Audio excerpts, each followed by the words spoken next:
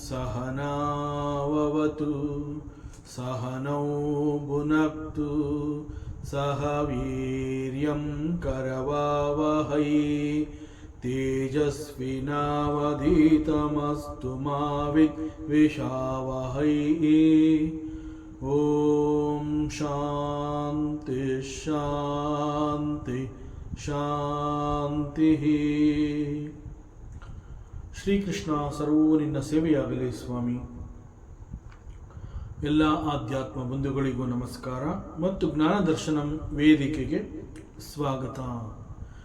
ಧ್ವನಿ ಗುರುದೇವದಾಗಿರಲಿ, ವಿಚಾರ ಪರಮಾತ್ಮನದಾಗಿರಲಿ, ಹಾಗೂ ಇದು ನನ್ನದಲ್ಲದ ಕರ್ಮವಾಗಲಿ. ಶಿವಮಹಿಮ್ನಾ ಸ್ತೋತ್ರಂ. ಸ್ತೋತ್ರಕರ್ತ ಪುಷ್ಪದಂತಾಚಾರ್ಯ. ವೇದಾಂತದಲ್ಲಿ ಯಾವಾಗಲೂ ಒಂದು ಮಾತು ಹೇಳ್ತಾ ಇರ್ತಾರೆ, there is always in eternal light. Eternal light ಅಂತಂದರೆ ಅದನ್ನು ನಾವು ಆತ್ಮಪ್ರಕಾಶ ಅಂತ ಹೇಳ್ತೀವಿ. ಈ ಆತ್ಮಪ್ರಕಾಶ ಅನ್ನುವಂತಹದ್ದು ಸದಾ ಇರುವಂತಹದ್ದು. ಸೊ ಇಲ್ಲಿ ಆತ್ಮಪ್ರಕಾಶ ಅಂತಂದರೆ ಅದೊಂದು ರೀತಿಯ ಬೆಳಕು. ಅದನ್ನು ಜ್ಞಾನದ ಬೆಳಕು ಅಂತ ಕೂಡ ಹೇಳ್ತಾರೆ. ಒಟ್ಟಿನಲ್ಲಿ ಈ ಒಂದು ಬೆಳಕು ಅನ್ನುವಂತಹದ್ದು ಇರುವ ಕಾರಣದಿಂದ ಇಲ್ಲಿ ನಮಗೆ ಅನೇಕಗಳು ಗೊತ್ತಾಗ್ತಾ ಬರುತ್ತೆ. ಸೊ ನಮಗೆಲ್ಲ ಜ್ಞಾನ ಸಿಗೋದಕ್ಕೆ ಕಾರಣ ಏನು ಅಂತಂದ್ರೆ it is only because of this ಆತ್ಮಪ್ರಕಾಶ. ಸೊ ಆತ್ಮಪ್ರಕಾಶದ ಆ ಒಂದು ಬೆಳಕಿನ ಕಾರಣದಿಂದ ನಾವು ಅನೇಕಗಳನ್ನು ತಿಳ್ಕೋತಾ ಹೋಗ್ತಾ ಇದ್ದೀವಿ.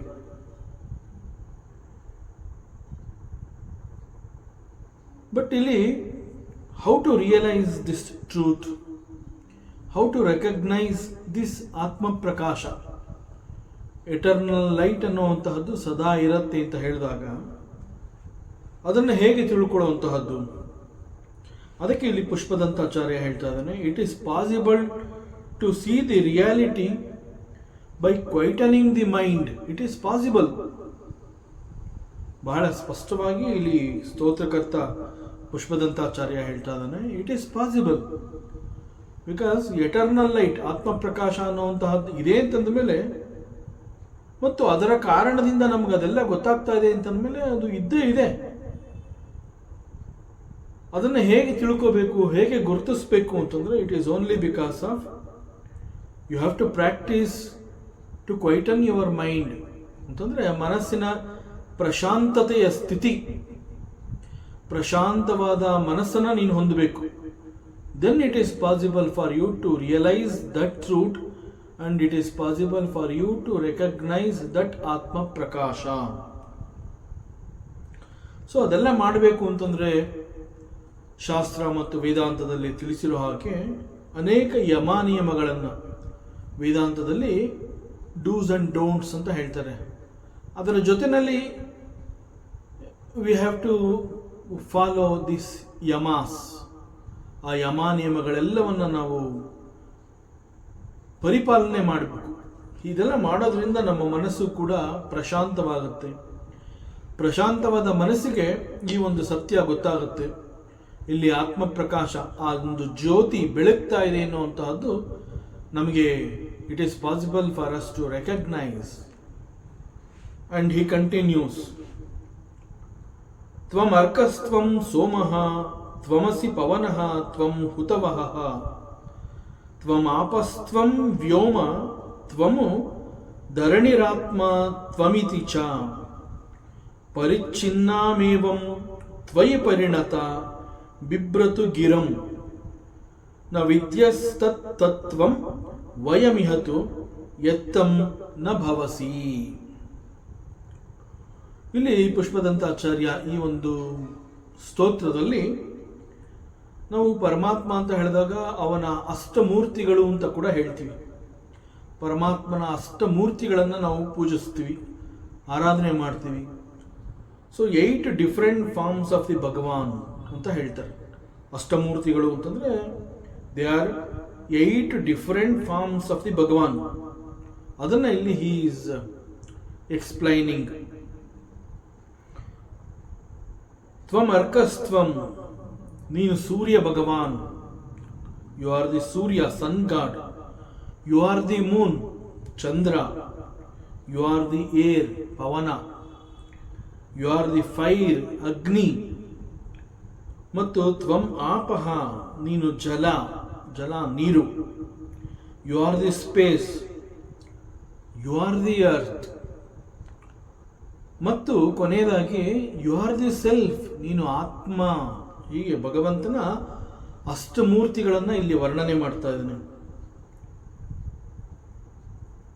ಈ ರೀತಿನಲ್ಲಿ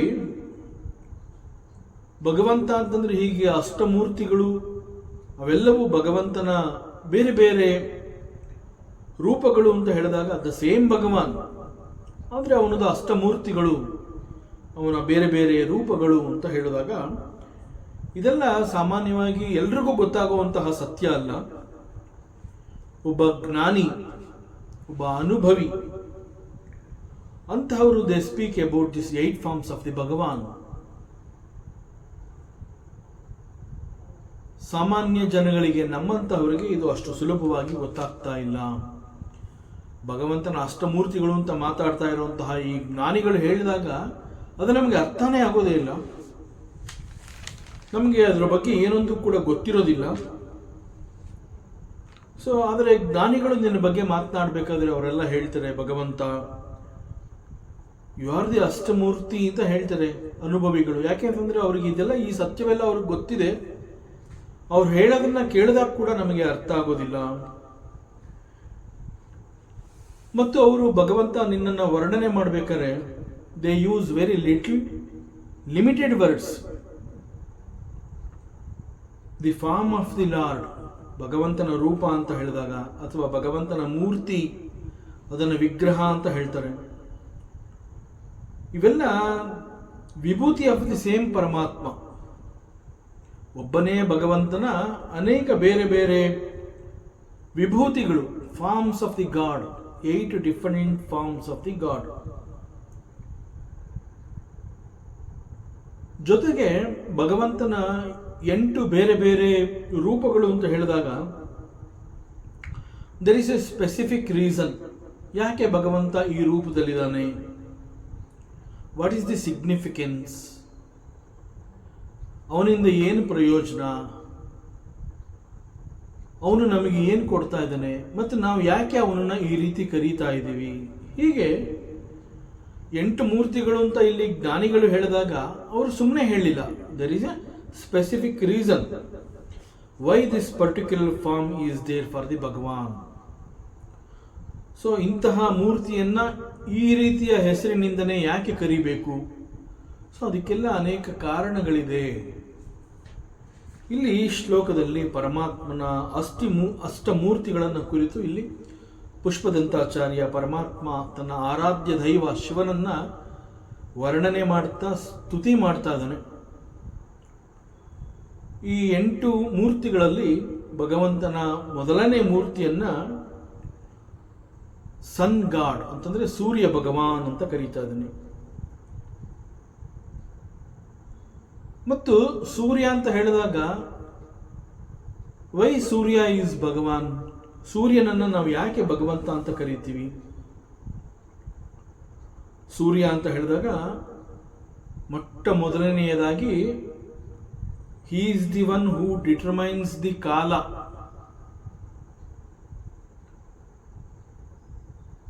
ನಾವು ಟೈಮ್ ಅಂತ ಏನು ಹೇಳ್ತೀವಿ, ಹಿ is the one who determines the time. ಸಮಯ ಅಂತ ಕರಿತೀವಿ, ಕಾಲ ಅಂತ ಹೇಳ್ತೀವಿ. ಕಾಲ ಅಂತ ಹೇಳಿದಾಗ ಕಾಲ ಭಗವಾನ್ ಅಂತ ಕೂಡ ಕರಿತೀವಿ. ಈಗ ನಾವು ಹಗಲು ರಾತ್ರಿ ಅಂತ ಹೇಳಿ ಒಂದು ದಿನದಲ್ಲಿ ಎರಡು ರೀತಿಯ ವ್ಯತ್ಯಾಸಗಳನ್ನು ನೋಡ್ತೀವಿ. ಅದರಲ್ಲಿ ಒಂದನ್ನ ಹಗಲಿನ ಸಮಯ ಅಂತ ಹೇಳ್ತೀವಿ, ಮತ್ತೊಂದನ್ನ ರಾತ್ರಿಯ ಸಮಯ ಅಂತ ಹೇಳ್ತೀವಿ. ಇಲ್ಲಿ ಹಗಲು ರಾತ್ರಿ ಅನ್ನುವಂತಹದ್ದು ಮಾತ್ರ ಬೇರೆ ಬೇರೆ, ಒಟ್ಟಿನಲ್ಲಿ ಅದು ಕೂಡ ಸಮಯ, ಇದು ಕೂಡ ಸಮಯ. ಹಗಲು ಅಂತ ಹೇಳಿದಾಗ ಇಟ್ ಈಸ್ ಎ ಸಮಯ, ರಾತ್ರಿ ಅಂತ ಹೇಳಿದಾಗ ದಟ್ ಈಸ್ ಆಲ್ಸೋ ಸಮಯ. ಈ ಸಮಯವನ್ನ ಎರಡು ರೀತಿಯಲ್ಲಿ ನಾವು ಗುರುತಿಸ್ತೀವಿ. It is because of the Bhagavan Surya. ಅದೇ ರೀತಿ ಋತುಗಳು ಅಂತ ಹೇಳ್ತೀವಿ, ಸೀಸನ್ಸ್ ಅಂತ ಕರಿತೀವಿ. ಅಷ್ಟು ಮಾತ್ರ ಅಲ್ಲ, ನಮ್ಮ ಸನಾತನ ಧರ್ಮದಲ್ಲಿ ವಿ ಹ್ಯಾವ್ ಪಂಚಾಂಗ. The entire panchang is ruled by Surya ಭಗವಾನ್.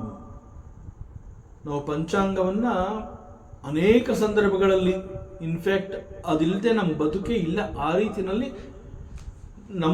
ನಮ್ಮ ಜೀವನ, ನಮ್ಮ ಬದುಕು ಮತ್ತು ಪಂಚಾಂಗ ಅನ್ನುವಂತಹದ್ದು ಹಾಸುಹೊಕ್ಕಾಗಿದೆ. ಎಸ್ಪೆಷಲಿ ನಮ್ಮ ಈ ಒಂದು ಸನಾತನ ಧರ್ಮದಲ್ಲಿ ಪಂಚಾಂಗದ ಮೇಲೆ ನಾವೆಲ್ಲರೂ ಕೂಡ ಡಿಪೆಂಡ್ ಆಗಿದ್ದೀವಿ. ಒಂದು ಮುಹೂರ್ತ, ಒಂದು ಸಮಯ, ಇವೆಲ್ಲವನ್ನ ನಾವು ಗುರುತಿಸ್ಕೋತೀವಿ. ಈ ದಿನದ ವಿಶೇಷ ಏನು, ಮುಂದೆ ಏನು ಬರುತ್ತೆ, ಈ ಎಲ್ಲವನ್ನ ತಿಳಿಸ್ಕೊಡುವಂತಹದ್ದು ಪಂಚಾಂಗ. And this entire panchang is ruled by Surya Bhagwan.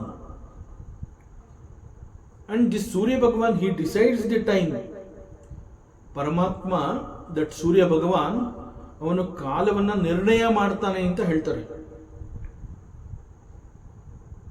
Again this ಹಗಲು ಮತ್ತು ರಾತ್ರಿ ಎನ್ನುವಂತಹದ್ದು ಒಂದು ನಿಗದಿತ ಸಮಯವನ್ನ ಕುರಿತು ಸೂಚಿಸುವಂತಹ ಪದಗಳು. ಹಗಲು ಮತ್ತು ರಾತ್ರಿ ಅಂತ ಹೇಳಿದಾಗ ಒಂದು ನಿರ್ದಿಷ್ಟವಾದ ಸಮಯವನ್ನು ಕುರಿತು ಅದು ಹಗಲು ಅಂತಂದ್ರೆ ತಿಳಿಸುತ್ತೆ.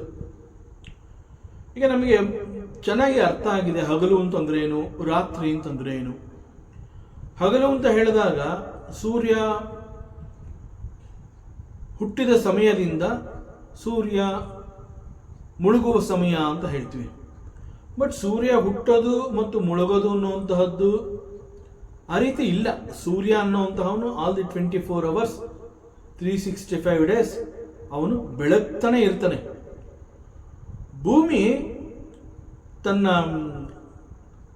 ಭೂಮಿ ಸುತ್ತಾ ಇರುತ್ತೆ, ಭೂಮಿ ಸೂರ್ಯನ ಸುತ್ತ ಪ್ರದಕ್ಷಿಣೆ ಮಾಡ್ತಾ ಇರುತ್ತೆ. ಸೊ ಭೂಮಿ ತಿರುಗ್ತಾ ಇರೋದ್ರಿಂದ ಅಲ್ಲಿ ಒಂದು ಸಮಯ ಹಗಲು ಅನ್ನುವಂತಹದ್ದು ಉಂಟಾಗುತ್ತೆ, ಮತ್ತೊಂದು ರಾತ್ರಿ ಅನ್ನುವಂತಹದ್ದು ಉಂಟಾಗುತ್ತೆ. ಸೊ ಈ ಹಗಲು ಮತ್ತು ರಾತ್ರಿ ಅನ್ನುವಂತಹದ್ದು ಸಮಯ, ಅದನ್ನು ಸೂಚಿಸುವಂತಹದ್ದು ಸೂರ್ಯ. ಇದರ ಜೊತೆಗೆ ಈ ಸೂರ್ಯ ಭಗವಾನ್, he determines the major events based on the position of the sun. ನಾವು ಪಂಚಾಂಗವನ್ನು ತೆಗೆದು ನೋಡಿದಾಗ ಅಲ್ಲಿ ಗೊತ್ತಾಗುತ್ತೆ ಸೂರ್ಯಗ್ರಹಣ ಯಾವಾಗ ಬರುತ್ತೆ, ಚಂದ್ರಗ್ರಹಣ ಯಾವಾಗ ಬರುತ್ತೆ. ಸೊ ಇವೆಲ್ಲವನ್ನ ಡಿಸೈಡ್ ಮಾಡುವಂತಹದ್ದು ಏನು ಅಂತಂದ್ರೆ it is all based on the position of the Surya. So the entire ಕಾಲ ಈಸ್ ಡಿಟರ್ಮೈನ್ಡ್ ಬೈ ದಿ ಸೂರ್ಯ ಭಗವಾನ್. ಜೊತೆಗೆ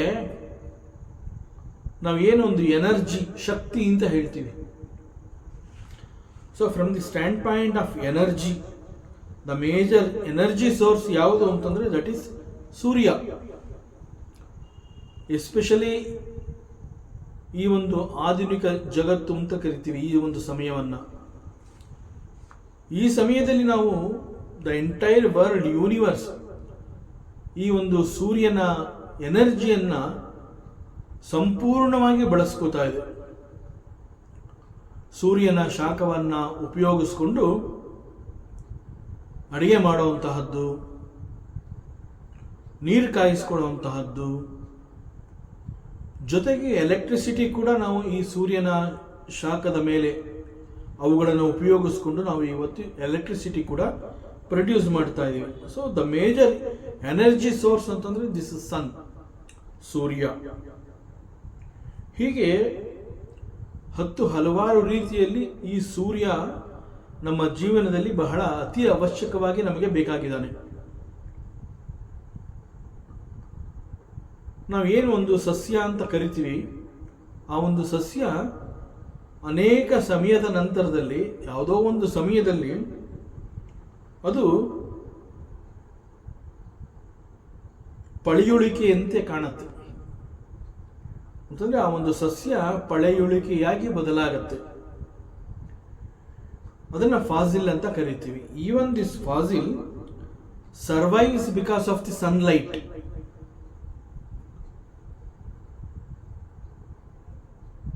ಎಗೈನ್ ದಿಸ್ ಫಾಸಿಲ್ ಅನ್ನುವಂತಹದ್ದು ಈಸ್ ಎನ್ ಎನರ್ಜಿ. ಈ ರೀತಿಯಲ್ಲಿ ಸೂರ್ಯನ ಆ ಒಂದು ಎನರ್ಜಿಯ ಉಪಯೋಗ ನಮ್ಮ ಜೀವನದಲ್ಲಿ ಹಾಸುಹೊಕ್ಕಾಗಿದೆ.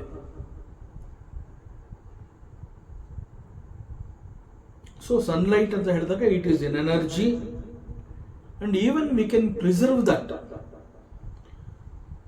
ಸೊ ಮತ್ತೆ ಮತ್ತೆ ಅದನ್ನು ಉಪಯೋಗಿಸ್ಕೋತಾ ಇರ್ತೀವಿ. ಹಗಲಿನ ಸಮಯದಲ್ಲಿ ಸೂರ್ಯನ ಶಾಖವನ್ನು ಉಪಯೋಗಿಸ್ಕೊಂಡು ರಾತ್ರಿಯ ಸಮಯದಲ್ಲಿ ನಾವು ಅದರ ಮೂಲಕ ಬೆಳಕನ್ನು ನಾವು ಪಡ್ಕೋತೀವಿ. That means we preserve the sunlight, energy, solar energy. ಹೀಗೆ ಸೂರ್ಯ ಅಂತ ಹೇಳಿದಾಗ he is the source of energy. In general the whole world, the entire universe, it runs with the energy from the ಸನ್.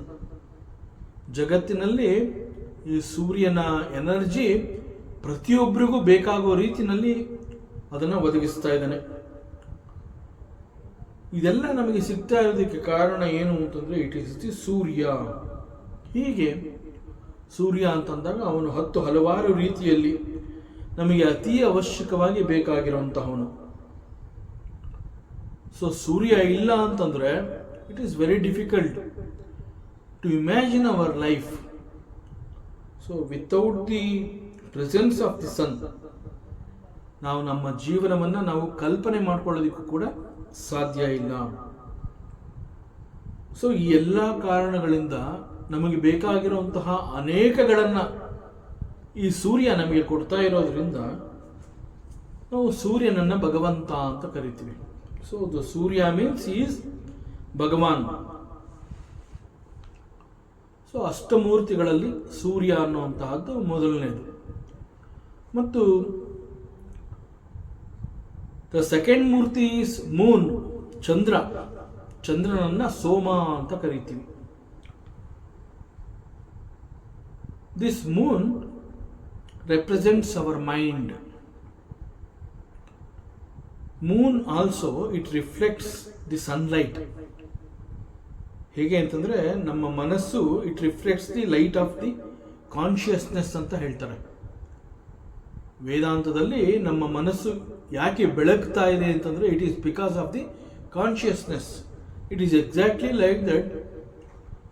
ಸೂರ್ಯನ ಬೆಳಕಿನಿಂದ ಈ ಚಂದ್ರ ಕೂಡ ಬೆಳಗ್ತಾ ಇದ್ದಾನೆ. ಮತ್ತು ಚಂದ್ರನಿಗೂ ನಮ್ಮ ಮನಸ್ಸಿಗೂ ಬಹಳ ಕನೆಕ್ಷನ್ ಇದೆ. ನಮ್ಮಲ್ಲಿ ಏಳುವಂತಹ ಅನೇಕ ರೀತಿಯ ಭಾವನೆಗಳು, ಅನಿಸಿಕೆಗಳು,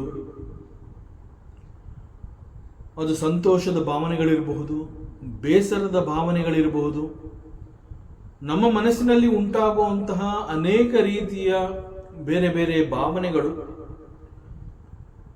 ಅವುಗಳನ್ನು ನಾವು ಭಾವನೆಗಳು ಅಂತ ಕರೆದರೂ ಕೂಡ all of them are the textures of our mind. ಅವೆಲ್ಲ ನಮ್ಮ ಮನಸ್ಸಿಗಿಂತ ಬೇರೆ ಅಲ್ಲ. ನಮ್ಮ ಮನಸ್ಸೇ ಅದು, ಬಟ್ ಭಾವನೆಗಳ ರೂಪದಲ್ಲಿ ಅದು ಹೊರಗಡೆ ಬರ್ತಾ ಇದೆ. ಭಾವನೆಗಳು ಅಂತ ಹೇಳಿದಾಗ ನಾವು ಅವುಗಳನ್ನು ಅನೇಕ ರೀತಿಯಲ್ಲಿ ಹೊರಹಾಕ್ತೀವಿ. ನಾವು ಸಂತೋಷವನ್ನು ಎಕ್ಸ್ಪ್ರೆಸ್ ಮಾಡ್ತೀವಿ, ದುಃಖವನ್ನು ಎಕ್ಸ್ಪ್ರೆಸ್ ಮಾಡ್ತೀವಿ, ಕೋಪವನ್ನು ಎಕ್ಸ್ಪ್ರೆಸ್ ಮಾಡ್ತೀವಿ. ಹೀಗೆ ನಮ್ಮ ಎಲ್ಲ ಎಕ್ಸ್ಪ್ರೆಷನ್ಸ್ಗಳು ಭಾವನೆಗಳು ಅಂತ ಹೇಳ್ತೀವಿ. ಸೊ ಎಲ್ಲ ಭಾವನೆಗಳು they are nothing but the textures of our own mind. ಈಗೇನು ನಮ್ಮ ಮೈಂಡ್ ಅಂತಂದರೆ our mind reflects the light of consciousness. So ಹೀಗೆ ಚಂದ್ರ ಅಂತ ಹೇಳಿದಾಗ it represents our mind.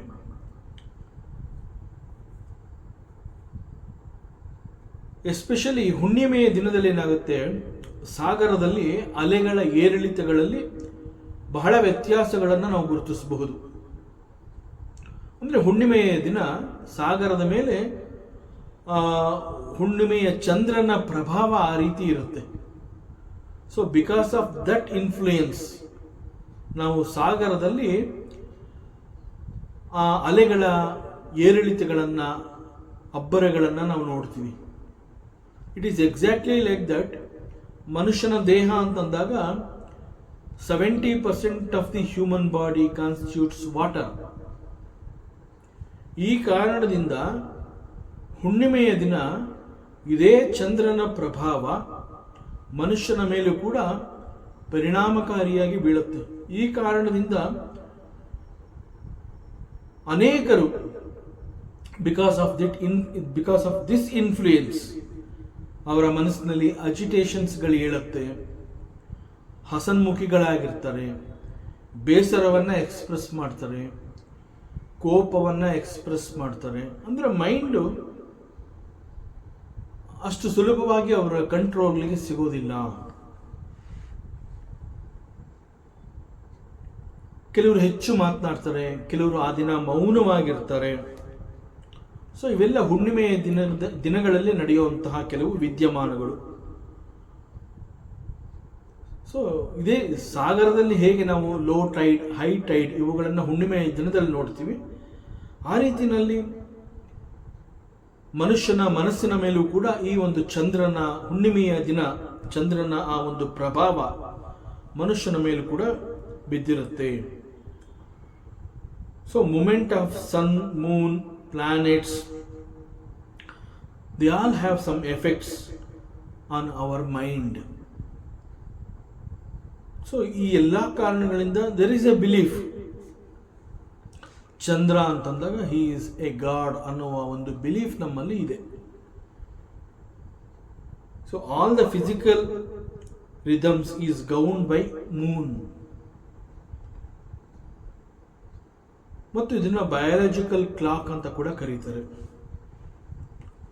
So ಹೀಗೆ ಚಂದ್ರ ಅಂತ ಹೇಳಿದಾಗ ನಾವು ಚಂದ್ರನನ್ನ, ಅವನು ಕೂಡ ಒಬ್ಬ ಭಗವಂತ, ಹೀಗೆ ನಾವು ನಮ್ಮ ಈ ಒಂದು ಧರ್ಮದಲ್ಲಿ, ಸನಾತನ ಧರ್ಮದಲ್ಲಿ ಆ ಒಂದು ನಂಬಿಕೆ ನಾವು ಇಟ್ಕೊಂಡಿದ್ದೀವಿ. ಭಗವಂತನ ಮೂರನೆಯ ಮೂರ್ತಿ, ಅಷ್ಟಮೂರ್ತಿಗಳಲ್ಲಿ ಭಗವಂತನ ಮೂರನೆಯ ಮೂರ್ತಿ ದಟ್ ಈಸ್ ಪವನ. ಪವನ ಅಂತಂದರೆ ದ ವಿಂಡ್, ವಾಯು, ಗಾಳಿ. ಸೊ ಪವನ ಅಂತಂದಾಗ ದ ವಿಂಡ್ ಗಾಡ್ ಅಂತ ಹೇಳ್ತೀವಿ. ದಿಸ್ ವಿಂಡ್ ಇಟ್ ರೆಪ್ರೆಸೆಂಟ್ಸ್ ಪ್ರಾಣ. ಪ್ರಾಣ ಅಂತಂದ್ರೆ again it is A vital energy. ಈ ವೈಟಲ್ ಎನರ್ಜಿ ಅನ್ನುವಂತಹದ್ದು ನಮ್ಮ ದೇಹದ ಎಲ್ಲ ಭಾಗಗಳಲ್ಲೂ ಕೂಡ ಇರುತ್ತೆ.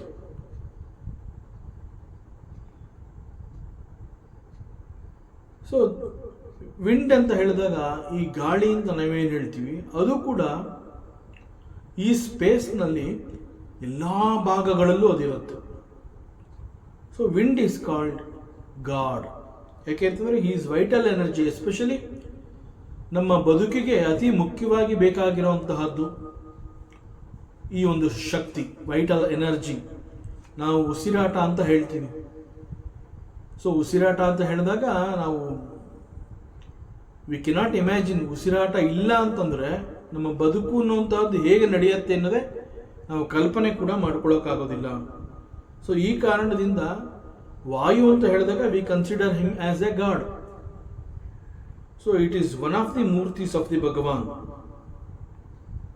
ಇಲ್ಲಿ ಮುಖ್ಯವಾಗಿ ನಾವು ಗಮನಿಸಬೇಕಾಗಿರುವಂತಹದ್ದು ಏನು ಅಂತಂದರೆ, ಈ ಎಲ್ಲ ಎಲಿಮೆಂಟ್ಸ್ಗಳನ್ನು ಅಂತಂದರೆ ಸೂರ್ಯ, ಚಂದ್ರ ಆ್ಯಂಡ್ ದಿಸ್ ಗಾಳಿ, ವಾಯು, ಇವೆಲ್ಲವುಗಳನ್ನು ನಾವು ದಿನನಿತ್ಯದಲ್ಲಿ ನೋಡ್ತಾ ಬರ್ತಿದ್ದೀವಿ. ಪ್ರತಿದಿನ ನಾವು ಸೂರ್ಯನನ್ನು ನೋಡ್ತೀವಿ, ಚಂದ್ರನನ್ನು ನೋಡ್ತೀವಿ, ಗಾಳಿಯ ಅನುಭವಗಳನ್ನು ನಾವು ಪಡ್ಕೋತೀವಿ. ಸೊ ಇದ್ರ ಜೊತೆಗೆ we should get a bhavana that this is nothing but the lord Ishwara. ಇವೆಲ್ಲವುಗಳನ್ನ ನಾವು ಭಗವಂತ ಅಂತ ಕರೆದಿರೋದ್ರಿಂದ ಇವೆಲ್ಲ ಭಗವಂತನ ನಾನಾ ರೂಪಗಳು, ಸೊ ಭಗವಂತ ಅಂತ ಹೇಳಿದಾಗ ದಿಸ್ ಈಶ್ವರ ಅಂತಂದ್ರೆ ಒನ್ಸ್ ಅಗೇನ್ ಈಶ್ವರ ಅಂತಂದಾಗ ನಾವು we should not go to the form. Ishwara ಅಂತಂದಾಗ ಹಿ ಈಸ್ ದಿ ಯಜಮಾನ, ಆ ಅರ್ಥವನ್ನು ನಾವು ತಗೋಬೇಕಾಗುತ್ತೆ. ಸೊ ಈಶ್ವರ ಅಂತಂದಾಗ ಹಿ ಈಸ್ ದಟ್ ಪರಮಾತ್ಮ, ದ ಸೇಮ್ ಪರಮಾತ್ಮನ ರೂಪಗಳು ಇವೆಲ್ಲ. ನಾವೇನು ಸೂರ್ಯ ಅಂತ ಹೇಳಿದ್ವಿ, ಚಂದ್ರ ಅಂತ ಹೇಳ್ತಾ ಇದ್ದೀವಿ, ಮತ್ತು the wind god Pavana, Vayu ಅಂತ ಹೇಳ್ತೀವಿ. ಇವೆಲ್ಲ ಭಗವಂತನ ಬೇರೆ ಬೇರೆ ರೂಪಗಳು, the same Bhagavanta. So all this is nothing but the lord Ishwara. ಹೇಗೆ ಅಂತಂದ್ರೆ ನಾವೀಗ ಜೀವ ಅಂತ ಹೇಳ್ತೀವಿ. ಜೀವ ಅಂತ ಹೇಳಿದಾಗ ಜೀವ ಮೀನ್ಸ್ ಕಾನ್ಷಿಯಸ್ನೆಸ್. ಇದನ್ನು ವೇದಾಂತ ಬಹಳ ಸ್ಪಷ್ಟವಾಗಿ ಹೇಳುತ್ತೆ. ದಿಸ್ ಕಾನ್ಷಿಯಸ್ನೆಸ್ ಅಂತ ಹೇಳಿದಾಗ ದಿಸ್ ಕಾನ್ಷಿಯಸ್ನೆಸ್ ಅಂತಂದ್ರೆ again it is the mind.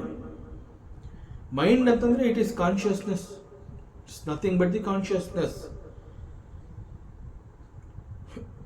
And this mind and this consciousness nothing but the ego. And it is this consciousness ಅಂತ ನಾವೇನು ಹೇಳ್ತಾ ಇದ್ದೀವಿ, this ego, it alone becomes the body.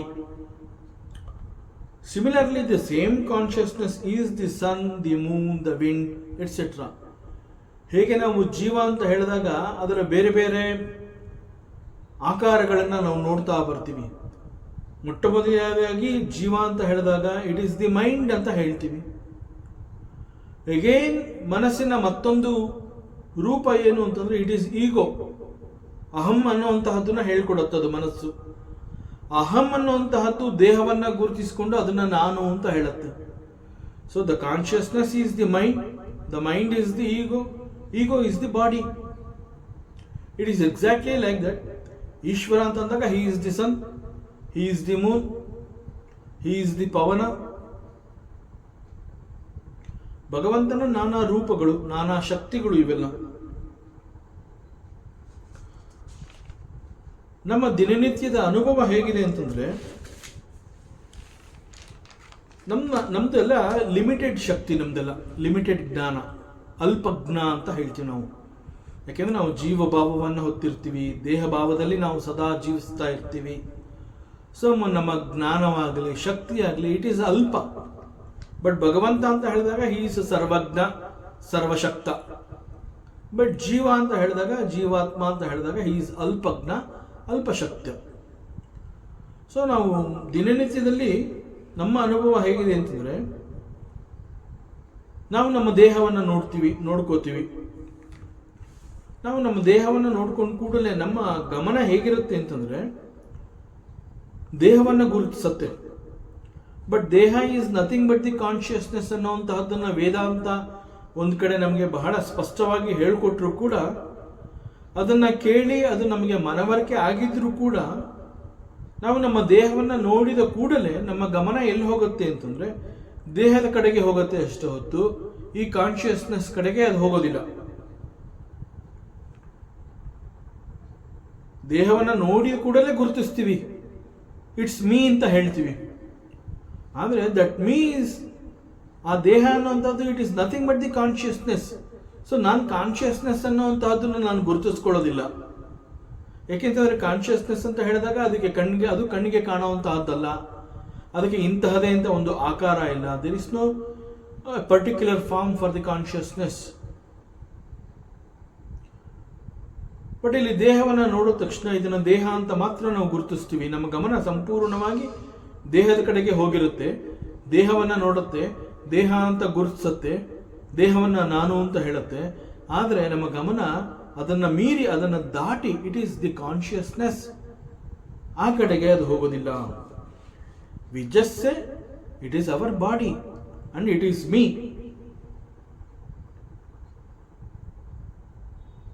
ನಾವು ಇದೆಲ್ಲ ತಿಳ್ಕೊಂಡಿರ್ತೀವಿ, ವೇದಾಂತ ಹೇಳಿರುತ್ತೆ, ಅದು ಕೂಡ ನಮ್ಮ ಜ್ಞಾಪಕಕ್ಕೆ ಬರೋದಿಲ್ಲ. ನಾವು ದೇಹವನ್ನು ನೋಡಿದ ಕೂಡಲೇ ಅದನ್ನು ನಾನು ಅಂತ ಹೇಳಿಕೊಂಡು ನನ್ನ ದೇಹ ಅಂತ ಹೇಳಿ ಗುರುತಿಸ್ಕೊಳ್ಳೋ ಮಟ್ಟಕ್ಕೆ ನಾನು ಹೋಗಿರ್ತೀನಿ ಅಷ್ಟೇ ಹೊತ್ತು ಒಮ್ಮೆ ಕೂಡ ನನಗೆ ವೇದಾಂತ ಹೇಳ್ಕೊಟ್ಟಿರುವಂತಹ ಈ ಒಂದು ಸತ್ಯ, it is nothing but the consciousness, ಅದು ಕೂಡ ನನ್ನ ನೆನಪಿಗೆ ಬರೋದಿಲ್ಲ. ಆ ರೀತಿಯಲ್ಲಿ ನಮ್ಮ ಗಮನ ಸಂಪೂರ್ಣವಾಗಿ ದೇಹದ ಕಡೆಗೆ ಹೋಗಿರುತ್ತೆ. ಈ ದೇಹ ನಮ್ಮ ಗಮನವನ್ನು ಸಂಪೂರ್ಣವಾಗಿ ತಾನು ತಗೊಂಡ್ಬಿಟ್ಟಿರುತ್ತೆ. ಸೊ ಅದು ಬೇರೆ ಇನ್ನೆಲ್ಲೂ ಹೋಗದಂತೆ ಅದು ತಡೆದಿರುತ್ತೆ. That is the attraction. ನಾವು ದೇಹಕ್ಕೆ ಆ ರೀತಿಯಲ್ಲಿ ಅಂಟ್ಕೊಂಡಿರ್ತೀವಿ. ಯಾಕೆ ದೇಹಕ್ಕೆ ಆ ರೀತಿ ಅಂಟ್ಕೋತೀವಿ? ಬಿಕಾಸ್ ದೇಹ ಅಂತ ಹೇಳಿದಾಗ ಇಟ್ ಇಸ್ ಮೀ. ದೇಹ ಅಂತಂದ್ರೆ ಅದು ನಾನು. ಸೊ ನಾನು ಅನ್ನೋದು ಗೊತ್ತಾದಾಗ ನನ್ನ ಗಮನ ಸಂಪೂರ್ಣವಾಗಿ ನನ್ನ ಜೊತೆನಲ್ಲೇ ಇರುತ್ತೆ. ಒಂದು ಸ್ವಲ್ಪನೂ ಮುಂದೆ ಹೋಗಿ ಇಟ್ ಈಸ್ ದಿ ಕಾನ್ಷಿಯಸ್ನೆಸ್ ಅದನ್ನು ಗುರುತಿಸೋದಕ್ಕೆ ಆಗೋದಿಲ್ಲ. It fails to recognise. So we don't even remember the statements made by the Vedanta. Because Vedanta ಮತ್ತೆ ಮತ್ತೆ ಹೇಳ್ತಾ ಇರುತ್ತೆ, this consciousness alone is our body, mind and ego, intellect etcetera. ಅನೇಕ ಉಪನಿಷತ್ಗಳಲ್ಲಿ ಹೇಳುತ್ತೆ, ಅನೇಕ ಶಾಸ್ತ್ರಗಳಲ್ಲಿ ಇದನ್ನು ತಿಳಿಸುತ್ತೆ. ಅಲ್ಲಲ್ಲಿ ಒಬ್ಬ ತಿಳಿದ ಜ್ಞಾನಿ ಅವನು ಹೇಳ್ತಾ ಇರ್ತಾನೆ, ಅನುಭವಿಗಳು ಹೇಳ್ತಾ ಇರ್ತಾರೆ. ಅನೇಕ ಸತ್ಸಂಗಗಳಲ್ಲಿ ಇದು ನಮಗೆ ಶ್ರವಣಕ್ಕೆ ಸಿಕ್ಕಿರುತ್ತೆ. So in spite of all these things we fail to recognise that truth. So ಅದೇ ರೀತಿ ನಾವು when we look at the great 5 elements, ಪಂಚಮಹಾಭೂತಗಳು ಅಂತ ಹೇಳ್ತೀವಿ. ಪಂಚಮಹಾಭೂತಗಳು is nothing but the Bhagwan. ಅದು ಕೂಡ ನಮಗೆ ಗೊತ್ತು. ಬಿಕಾಸ್ ಉಪನಿಷತ್ ಹೇಳುತ್ತೆ, ಆತ್ಮ ಆಕಾಶ ಸಂಭೂತ, ಆತ್ಮನಿಂದ ಆಕಾಶ, ಆಕಾಶಾತ್ ವಾಯು, ಆಕಾಶದಿಂದ ವಾಯು, ವಾಯೋರಗ್ನಿ, ವಾಯುವಿನಿಂದ ಅಗ್ನಿ, ಅಗ್ನಿಯಿಂದ ಜಲ, ಜಲದಿಂದ ಪೃಥ್ವಿ. ಸೊ ಈ ಪಂಚಮಹಾಭೂತಗಳು ಅಂತಂದ್ರೆ it is nothing but the Bhagwan ಅನ್ನುವಂಥದ್ದನ್ನ ಉಪನಿಷತ್ತು ಹೇಳಿದೆ, ಅದು ನಮಗೆ ಗೊತ್ತಿದೆ. ಬಟ್ ದಿನನಿತ್ಯದಲ್ಲಿ ನಾವು ಈ 5 ಎಲಿಮೆಂಟ್ಸ್ಗಳನ್ನ ಒಂದಲ್ಲ ಒಂದು ರೀತಿಯಲ್ಲಿ ನೋಡ್ತೀವಿ, ಅವುಗಳ ಅನುಭವಗಳನ್ನ ಗಳಿಸ್ಕೋತೀವಿ, ಅವುಗಳ ಜೊತೆನಲ್ಲಿರ್ತೀವಿ. ಅವುಗಳ ಜೊತೆನಲ್ಲಿದ್ದಾಗ ಅವುಗಳನ್ನು ನಾವು ಭಗವಂತ ಅಂತ ಗುರುತಿಸೋದಕ್ಕೆ ಆಗ್ತಾ ಇಲ್ಲ ನಮ್ಮ ಕೈನಲ್ಲಿ. ನಿರಂತರವಾಗಿ ನಮ್ಮ ನೆನಪಿಗೂ ಬಾರದಂತೆ ಉಸಿರಾಟ ನಡೀತಾನೆ ಇರುತ್ತೆ.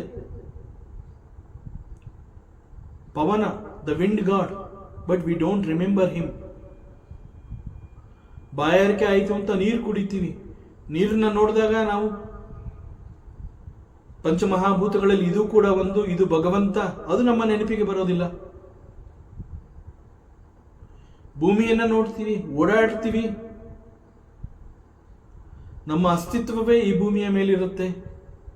ಅದನ್ನ ಭೂಮಿ ಅಂತ ಹೇಳ್ತೀವಿ, ನೆಲ ಅಂತ ಹೇಳ್ತೀವಿ, ಮಣ್ಣು ಅಂತ ಹೇಳ್ತೀವಿ. We don't call him the god. So ನಾವು ಈ ಒಂದು ನೇಚರ್, ಈ ಎಲಿಮೆಂಟ್ಸ್ಗಳನ್ನ ನೋಡಿದ ನಂತರ ಕೂಡ attention is not on the Bhagwan. ವೇದಾಂತದಲ್ಲಿ ಭಗವಂತನನ್ನ ಕುರಿತು ಮಾತನಾಡುವಾಗ, ಎಸ್ಪೆಷಲಿ ಆತ್ಮವಿಚಾರವನ್ನು ಕುರಿತು ಮಾತನಾಡುವಾಗ, ಅವುಗಳನ್ನ ತತ್ವದ ವಿಚಾರ ಅಂತ ಹೇಳ್ತೀವಿ.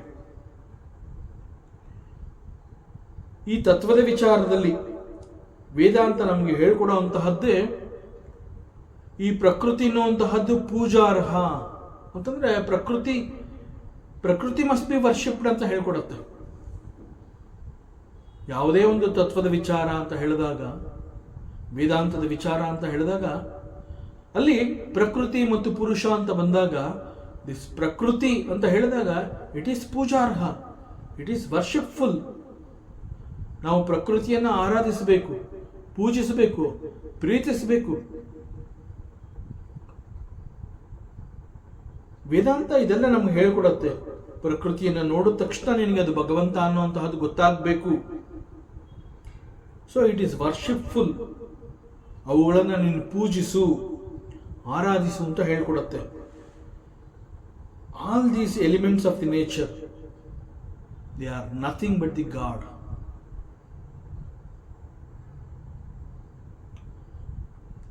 ಭಗವಂತನ ನಾಲ್ಕನೆಯ ಮೂರ್ತಿ, ಇಟ್ ಈಸ್ ಫೈರ್, ಅಗ್ನಿ. ಅಗ್ನಿ ಅಂತ ಹೇಳಿದಾಗ ಅನೇಕರಿಗೆ ಒಂದು ಪ್ರಶ್ನೆ ಬರುತ್ತೆ, ಅಗ್ನಿ ಅಂತಂದ್ರೆ ಫೈರ್, ಈ ಅಗ್ನಿಯನ್ನು ಹೇಗೆ ದೇವರು ಅಂತ ಒಪ್ಕೊಳ್ಳುವಂತಹದ್ದು? How this fire can be called as Bhagwan? ಸಾಮಾನ್ಯವಾಗಿ ನಾವು ಅಗ್ನಿ ಅಂತ ಹೇಳಿದಾಗ ಅಗ್ನಿಯನ್ನ ಅಗ್ನಿದೇವ ಅಂತಾನೆ ನಾವು ಹೇಳ್ತೀವಿ. ಅಗ್ನಿನ ನೋಡಿದ ಕೂಡಲೇ ಅಗ್ನಿದೇವ ಅಂತಾನೆ ಹೇಳ್ತೀವಿ. ದಿ ಇಂಪಾರ್ಟೆನ್ಸ್ ಆಫ್ ಅಗ್ನಿದೇವ ನಮ್ಮ ನೆನಪಿಗೆ ಯಾವಾಗ ಬರುತ್ತೆ ಅಂತಂದ್ರೆ, ಸಾಮಾನ್ಯವಾಗಿ ಒಂದು ಮನೆಯಲ್ಲಿ ಅಥವಾ ಎಲ್ಲೋ ಒಂದು ಕಡೆ ಒಂದು ಯಜ್ಞ, ಹೋಮ, ಹವನ ಅನ್ನುವಂತಹದ್ದು ನಡೆದಾಗ ಅಲ್ಲಿ ಯಜ್ಞಶಾಲೆಯಲ್ಲಿ ಅಥವಾ ಮನೆಯಲ್ಲಿ ಒಂದು ಹೋಮದ ಆಚರಣೆಯನ್ನು ನಾವು ಮಾಡ್ತೀವಿ. ಒಂದು ಸಂಕಲ್ಪ ಮಾಡಿರ್ತೀವಿ ಹೋಮ ಮಾಡಬೇಕು ಅಂತ. ಸೊ ಹಿಂಗೆ ಅದು ಯಜ್ಞಶಾಲೆ ಆಗಿರಬಹುದು ಅಥವಾ ಮನೆಯಲ್ಲಿ ಒಂದು ಹೋಮ ನಡೆಸುವಂತಹ ಸಂದರ್ಭದಲ್ಲಿ, ಹೋಮ ಮಾಡುವಂತಹ ಜಾಗದಲ್ಲಿ ಒಂದು ಯಜ್ಞಕುಂಡವನ್ನು ಇಡ್ತೀವಿ. ಯಜ್ಞಕುಂಡ ಅಥವಾ ಅದನ್ನು ಹೋಮಕುಂಡ ಅಂತ ಕೂಡ ಕರೀತಾರೆ. ಸೊ ಈ ಒಂದು ಹೋಮ ಅಥವಾ ಯಜ್ಞ ನಡಿಬೇಕು ಅಂತಂದ್ರೆ ಈ ಒಂದು homakunda or the yajnakunda is very very important. ಅದನ್ನ ಅಲ್ಲಿ ಒಂದು ಹೋಮಕುಂಡವನ್ನು ಇಟ್ಟು ಆ ಹೋಮಕುಂಡದ ಸುತ್ತಲೂ ಋತ್ವಿಕರು ಅಂತಂದ್ರೆ ಹೋಮವನ್ನು ನಡೆಸ್ಕೊಡುವಂತಹವರು ಅವರೆಲ್ಲ ಕೂತ್ಕೋತಾರೆ. ಮತ್ತು ಹೋಮವನ್ನ ನಡೆಸುವಂತಹವನು ಹಿ ಇಸ್ ಕಾಲ್ಡ್ ದಿ ಯಜಮಾನ, ಹೋಮದ ಯಜಮಾನ ಅಂತ ಹೇಳ್ತಾರೆ. ಸೊ ಹೋಮದ ಯಜಮಾನ ಅಲಾಂಗ್ ವಿತ್ ದಿ ಋತ್ವಿಕರು ಅವರೆಲ್ಲ ಇಲ್ಲಿ ಹೋಮಕುಂಡದ ಸುತ್ತಲೂ ಕೂತ್ಕೋತಾರೆ. ಮತ್ತು ಯಜ್ಞವನ್ನ ಪ್ರಾರಂಭ ಮಾಡೋದಕ್ಕೆ ಮುಂಚೆ ಅವರು ಅಗ್ನಿಯನ್ನ ಆವಾಹನೆ ಮಾಡ್ಕೋತಾರೆ. ಅಗ್ನಿಯನ್ನ ಆವಾಹನೆ ಮಾಡಿ ಅಗ್ನಿದೇವರನ್ನ ಈ ಯಜ್ಞಕುಂಡದಲ್ಲಿ ಪ್ರತಿಷ್ಠಾಪಿಸ್ತಾರೆ. ಮೊಟ್ಟ ಮೊದಲನೆಯ ಕೆಲಸ ಅಂತಂದ್ರೆ, ಒಂದು ಯಜ್ಞ ನಡಿಬೇಕು ಅಂತಂದಾಗ ಯಜ್ಞಕುಂಡ ನಂತರದಲ್ಲಿ ಯಜ್ಞ ಪ್ರಾರಂಭವಾಗುವುದಕ್ಕೆ ಮುಂಚೆ ಅಗ್ನಿದೇವನನ್ನ ಪ್ರಾರ್ಥನೆ ಮಾಡ್ಕೋತಾರೆ, ಅಗ್ನಿದೇವನನ್ನ ಆವಾಹನೆ ಮಾಡ್ಕೋತಾರೆ. ಅಗ್ನಿದೇವನನ್ನ ಪ್ರತ್ಯಕ್ಷವಾಗಿ ಯಜ್ಞಕುಂಡದಲ್ಲಿ ಪ್ರತಿಷ್ಠಾಪನೆ ಮಾಡ್ತಾರೆ. ಅವನ ಪ್ರತಿಷ್ಠಾಪನೆ ಆದ ನಂತರದಲ್ಲಿ ಯಜ್ಞ ನಡೆಯುವಂತಹದ್ದು. So he is that much important because ಆ ಒಂದು ಯಜ್ಞ ಅಥವಾ ಹೋಮದಲ್ಲಿ ನಾವು ಅನೇಕ ದೇವತೆಗಳಿಗೆ ಯಾವುದೋ ಒಂದು ಸಂಕಲ್ಪ ಇರುತ್ತೆ. ಯಜ್ಞ ಮಾಡೋದಕ್ಕೆ ಏನೋ ಒಂದು ಸಂಕಲ್ಪ ಇರುತ್ತೆ. ಆ ಸಂಕಲ್ಪದ ಪ್ರಕಾರ ಅನೇಕ ದೇವತೆಗಳಿಗೆ ನಾವು ಹವಿಸ್ಸನ್ನು ಅರ್ಪಿಸಬೇಕಾಗತ್ತೆ. ಇಲ್ಲಿ ಋತ್ವಿಕರು ಮಂತ್ರಗಳನ್ನ ಹೇಳ್ತಾ ಇರ್ತಾರೆ. ಯಜ್ಞದ ಯಜಮಾನ ಇವೆಲ್ಲವುಗಳನ್ನ ಆಫರ್ ಮಾಡೋದು ಅಗ್ನಿಯಲ್ಲಿ, ಅಗ್ನಿಕುಂಡದಲ್ಲಿ. ಆಗ ಅಲ್ಲಿ ಅಗ್ನಿಯನ್ನ ನಾವೇನ್ ಪ್ರಾರ್ಥನೆ ಮಾಡಿರ್ತೀವಿ, ಅಗ್ನಿದೇವನನ್ನ, ಅಗ್ನಿದೇವ ನಾ ಈಗ ಹೋಮ ಮಾಡ್ತಾ ಇದ್ದೀನಿ, ಇಲ್ಲಿ ನಾನು ಯಾವ ದೇವತೆಯ ಹೆಸರು ಹೇಳಿಬಿಟ್ಟು ಅಲ್ಲಿ ಒಂದು ಹವಿಸ್ಸನ್ನ ಅರ್ಪಿಸ್ತೀನಿ, ಅದನ್ನ ನೀನು ತಗೊಂಡೋಗಿ ಆಯಾ ದೇವತೆಗಳಿಗೆ ಕೊಡಬೇಕು. ಸೊ ದಯಮಾಡಿ ಈ ಕೆಲಸವನ್ನ ನೀನು ಮಾಡಿಕೊಡು ಅಂತ ಹೇಳಿ ಅಗ್ನಿದೇವನನ್ನ ನಾವು ಪ್ರಾರ್ಥನೆ ಮಾಡಿಕೊಂಡು ಅವನನ್ನ ಅಗ್ನಿ ಹೋಮಕುಂಡದಲ್ಲಿ ನಾವು ಪ್ರತಿಷ್ಠಾಪನೆ ಮಾಡಿರ್ತೀವಿ. ಆ ನಂತರದಲ್ಲಿ ಈ ಯಜ್ಞದ ಆಚರಣೆ ಪ್ರಾರಂಭ ಆಗುವಂತಹದ್ದು. ಸೊ ಆಯಾ ದೇವತೆಗಳಿಗೆ ಸಲ್ಲಬೇಕಾದಂತಹ ಹವಿಸ್ಸುಗಳನ್ನ ತಲುಪಿಸುವವನು ದಿಸ್ ಅಗ್ನಿದೇವ. ಋತ್ವಿಕರು ಮಂತ್ರ ಹೇಳ್ಬೋದು, ನಾನು ಹವಿಸ್ಸನ್ನ ಕೊಡಬಹುದು, ಆದರೆ ಅದು ಪರಮಾತ್ಮನನ್ನು ಹೋಗಿ ಮುಟ್ಟುವಂತಹದ್ದು is because of the Agnideva. So he does that important job. So ನಮ್ಮ ಪರವಾಗಿ ನಮಗಾಗಿ ಅಗ್ನಿದೇವ ಇಷ್ಟು ದೊಡ್ಡ ಕೆಲಸವನ್ನ ಮಾಡಿಕೊಡ್ತಾ ಇದ್ದಾನೆ. ನಾವು ದೇವತೆಗಳಿಗೆ ತಲುಪಿಸಬೇಕಾಗಿರುವಂತಹ ಹವಿಸ್ಸನ್ನ ನಮ್ಮ ಪರವಾಗಿ ಅಗ್ನಿದೇವ ಆಯಾ ದೇವತೆಗಳಿಗೆ ಅದನ್ನು ಹೋಗಿ ಸಲ್ಲಿಸ್ತಾನೆ. ಸೊ ನಾವೇನು ಹವಿಸ್ಸುಗಳನ್ನು ಆ ದೇವತೆಗಳಿಗೆ ಕೊಟ್ಟು ಆ ದೇವತೆಗಳನ್ನು ತೃಪ್ತಿಪಡಿಸ್ತೀವಿ, ತೃಪ್ತಿ ಹೊಂದಿದಂತಹ ದೇವತೆಗಳು ನಾವು ಏನು ಒಂದು ಸಂಕಲ್ಪವನ್ನು ಮಾಡಿಕೊಂಡಿರ್ತೀವಿ ಆ ಸಂಕಲ್ಪವನ್ನು ನಡೆಸ್ಕೊಡ್ತಾರೆ, ನಮಗೆ ಒಂದು ಯಜ್ಞದ ಫಲ ಸಿಗತ್ತೆ ಅನ್ನುವಂತಹ ನಂಬಿಕೆ. But it is true also. ಒಂದು ಯಜ್ಞ ನಡೆದಿದೆ ಅಂತಂದ ಮೇಲೆ ಆ ಯಜ್ಞದ ಉದ್ದೇಶ ಮತ್ತು ಸಂಕಲ್ಪ ಅನ್ನುವಂತಹದ್ದು ಅಲ್ಲಿ ಸ್ವಾರ್ಥ ಇಲ್ಲ ಅನ್ನುವಂತಹದ್ದಾದರೆ ಆ ಯಜ್ಞಕ್ಕೆ ಒಂದು ಫಲ ಅನ್ನುವಂತಹದ್ದು ನಿಶ್ಚಿತ. ಇದು ಪುರಾಣದ ಕಾಲದಿಂದ ನಡೆದು ಬಂದಿರುವಂತಹ ಒಂದು ಸತ್ಯ ಇದೆ. ಅಂದಿನಿಂದ ಇಂದಿನವರೆಗೂ ಕೂಡ ಈ ಯಜ್ಞ ಹೋಮ ಹವನ ಅನ್ನುವಂತಹದ್ದು ನಿರಂತರವಾಗಿ ನಡೀತಾ ಇದೆ. ಬಿಕಾಸ್ ಪ್ರತಿಯೊಬ್ಬರು ಅದರ ಬೆನಿಫಿಟ್ಗಳನ್ನ ಪಡ್ಕೊಂಡಿದ್ದಾರೆ. ಸೊ ಹೋಮದ ಮೂಲಕ ಆಯಾ ದೇವತೆಗಳಿಗೆ ತಲುಪಿಸಬೇಕಾಗಿರುವಂತಹ ಹವಿಸ್ಸನ್ನು ಕೊಟ್ಟು ಆ ದೇವತೆಗಳನ್ನು ತೃಪ್ತಿಪಡಿಸುವಂತಹದ್ದು. ದೇವತೆಗಳು ತೃಪ್ತಿ ಹೊಂದಿದ್ದಾರೆ ಅಂತಂದ್ರೆ ಆ ದೇವತೆಗಳು ಯಜ್ಞದ ಯಜಮಾನಿಗೆ ಅವನಿಗೆ ಏನು ಬೇಕಾಗಿದೆ ಎನ್ನುವಂತಹದ್ದನ್ನು ಕೊಡ್ತಾನೆ. ದೇವತೆಗಳು ಕೊಡ್ತಾರೆ, ಇವೆಲ್ಲವನ್ನ ಅವನಿಗೆ ಬೇಕಾಗಿರುವಂತಹ ಒಂದು ಫಲವನ್ನು ಕೊಡ್ತಾರೆ ಎನ್ನುವಂತಹ ಒಂದು ನಂಬಿಕೆ ಹಾಗೂ ಅದು ನಡೀತಾ ಇದೆ ಆ ರೀತಿಯಲ್ಲಿ. ಸೊ ಇದೆಲ್ಲ ನಮಗೆ ಸಿಗಬೇಕು ಅಂತಂದ್ರೆ ಯಜ್ಞ ಸಂಪೂರ್ಣವಾಗಿ ಯಶಸ್ವಿ ಆಗಬೇಕು. ಸೊ ಯಜ್ಞ ಸಂಪೂರ್ಣವಾಗಿ ಯಶಸ್ಸು ಕಾಣೋದು ಯಾವಾಗ ಅಂತಂದ್ರೆ ನಾವು ಯಾವ್ಯಾವ ದೇವತೆಗಳಿಗೆ ಯಾವ ಯಾವ ಹವಿಸ್ಸು ತಲುಪಬೇಕು ಅಂತ ಹೇಳಿ ಅವುಗಳನ್ನು ಅಗ್ನಿಯಲ್ಲಿ ಆಹುತಿ ಅಂತ ಹೇಳಿ ಅಗ್ನಿದೇವನಿಗೆ ಒಪ್ಪಿಸಿರ್ತೀವಿ. ಅಗ್ನಿದೇವ ಆ ಎಲ್ಲವುಗಳನ್ನು ಆಯಾ ದೇವತೆಗಳಿಗೆ ತಲುಪಿಸ್ತಾನೆ. ಎಲ್ಲ ದೇವತೆಗಳು ತೃಪ್ತಿ ಹೊಂದಿದ್ದಾರೆ ಅಂತಂದಾಗ ದ ಯಜ್ಞ ಈಸ್ ಸಂಪೂರ್ಣ ಯಶಸ್ವಿಯಾಗಿದೆ, ಯಜ್ಞ ಯಶಸ್ಸು ಕಂಡಿದೆ ಅಂತ ಹೇಳ್ತಾರೆ. ಸೊ ಯಜ್ಞದ ಫಲ ನಮಗೆ ಯಾವಾಗ ಸಿಗತ್ತೆ ಅಂತಂದ್ರೆ ಯಜ್ಞ ಯಶಸ್ಸು ಕಂಡಾಗ. ಯಜ್ಞದ ಯಶಸ್ಸು ಯಾವಾಗ ಅಂತಂದ್ರೆ it is because of the Agnideva. So ಒಂದರ್ಥದಲ್ಲಿ ನಮಗೆ ಯಾಗ ಅಥವಾ ಯಜ್ಞದ ಫಲ ಸಿಗೋ ಹಾಗೆ ಮಾಡಿರೋನು ಯಾರು ಅಂತಂದ್ರೆ it is the Agnideva. So ಈ ಕಾರಣದಿಂದ this fire is called the Agnideva. He is a Bhagwan. ನಂತರದಲ್ಲಿ 5ನೇದು ನೀರು. ಸಂಸ್ಕೃತದಲ್ಲಿ ಇದನ್ನ ಆಪಹ ಅಂತ ಕರೀತಾರೆ. ಆಪಹ ಅಂತಂದ್ರೆ ಜಲ, ನೀರು ಈ ಅರ್ಥ ಬರುತ್ತೆ. So why water is god? Again ಈ ನೀರು ಅನ್ನುವಂತಹದ್ದು ದ ಸಿಂಬಾಲಿಕ್ ಮೀನಿಂಗ್ ಆಫ್ ಇದೇನು ಅಂತಂದ್ರೆ ಇಟ್ ಸಿಂಬಲೈಸಸ್ ದಿ ಕರ್ಮ. ಬಹಳ ಸೂಕ್ಷ್ಮವಾದ ವಿಚಾರ, ಗಮನವಿಟ್ಟು ನಾವು ಅದನ್ನು ಚಿಂತನೆ ಮಾಡಬೇಕಾಗತ್ತೆ. This water represents karma. So ಕರ್ಮವನ್ನ ನೆನಪು ಮಾಡಿಕೊಡುತ್ತದು. Hence we call water as deva. ಹೇಗೆ ಜಗತ್ತು ಅಂತ ಹೇಳಿದಾಗ, ಈ ಪ್ರಪಂಚ ಅಂತ ಹೇಳಿದಾಗ ನಾವು ಜನರಲ್ ಆಗಿ ಏನು ಹೇಳ್ತೀವಿ ಅಂತಂದ್ರೆ ಇಟ್ ಈಸ್ ದಿಸ್ ಜಗತ್ತು ಈಸ್ ವೆರಿ ಆಕ್ಟಿವ್ ಅಂತ ಹೇಳ್ತೀವಿ. ಪ್ರಪಂಚ ಬಹಳ ಚಟುವಟಿಕೆಗಳಿಂದ ಕೂಡಿದೆ ಅಂತ ಹೇಳ್ತೀವಿ. ಹೇಗೆ ಜಗತ್ತು ಹೇಗೆ ಚಟುವಟಿಕೆಗಳಿಂದ ಕೂಡಿದೆ? ಬಿಕಾಸ್ ಈ ಜಗತ್ತಿನಲ್ಲಿ ಎಲ್ಲ ಕಡೆ ನಿರಂತರವಾಗಿ ಕರ್ಮಗಳು ನಡೀತಾ ಇರುತ್ತೆ. ಒಬ್ಬರಲ್ಲ ಒಬ್ಬರು ಏನೋ ಒಂದು ಕರ್ಮದಲ್ಲಿ ನಿರತರಾಗಿರ್ತಾರೆ. ಜಗತ್ತಿನ ಯಾವುದೇ ಒಂದು ಮೂಲೆಗೆ ಹೋಗಿ ನೋಡಿದ್ರೆ ಅಲ್ಲಿ ಯಾವುದೋ ಒಬ್ಬ ವ್ಯಕ್ತಿ ಏನೋ ಒಂದು ಮಾಡ್ತಾ ಇರ್ತಾನೆ. ಯಾವ ವ್ಯಕ್ತಿ ಕೂಡ ಸುಮ್ಮನೆ ಕೂತಿಲ್ಲ, ಯಾವುದೋ ಒಂದು ಕರ್ಮದಲ್ಲಿ ನಿರತನಾಗಿದ್ದಾನೆ. ಸೊ ಇನ್ ದಿ ಎಂಟೈರ್ ಜಗತ್ತು ಎಲ್ಲ ಭಾಗಗಳಲ್ಲೂ ಎಲ್ಲ ಕಡೆಗಳಲ್ಲೂ ಎಲ್ಲಿ ನೋಡಿದ್ರು ಅಲ್ಲಿ ಯಾವುದೋ ಒಬ್ಬ ಮನುಷ್ಯ ಏನೋ ಒಂದು ಕರ್ಮವನ್ನು ಮಾಡ್ತಾನೆ ಇದ್ದಾನೆ. He is involving in this action. Action ಅಂದ್ರೆ ಕರ್ಮ. ಆ ಕರ್ಮದಲ್ಲಿ ಅವನು ನಿರತನಾಗಿದ್ದಾನೆ ಅಂತಂದ್ರೆ ಈ ಎಲ್ಲರೂ ಕೂಡ ಆಕ್ಟಿವ್ ಆಗಿದ್ದಾರೆ ಅಂತ ಅರ್ಥ. ಸೊ ಎಲ್ಲರೂ ಆಕ್ಟಿವ್ ಆಗಿದ್ದಾರೆ ಅಂತಂದ್ರೆ ಏನರ್ಥ?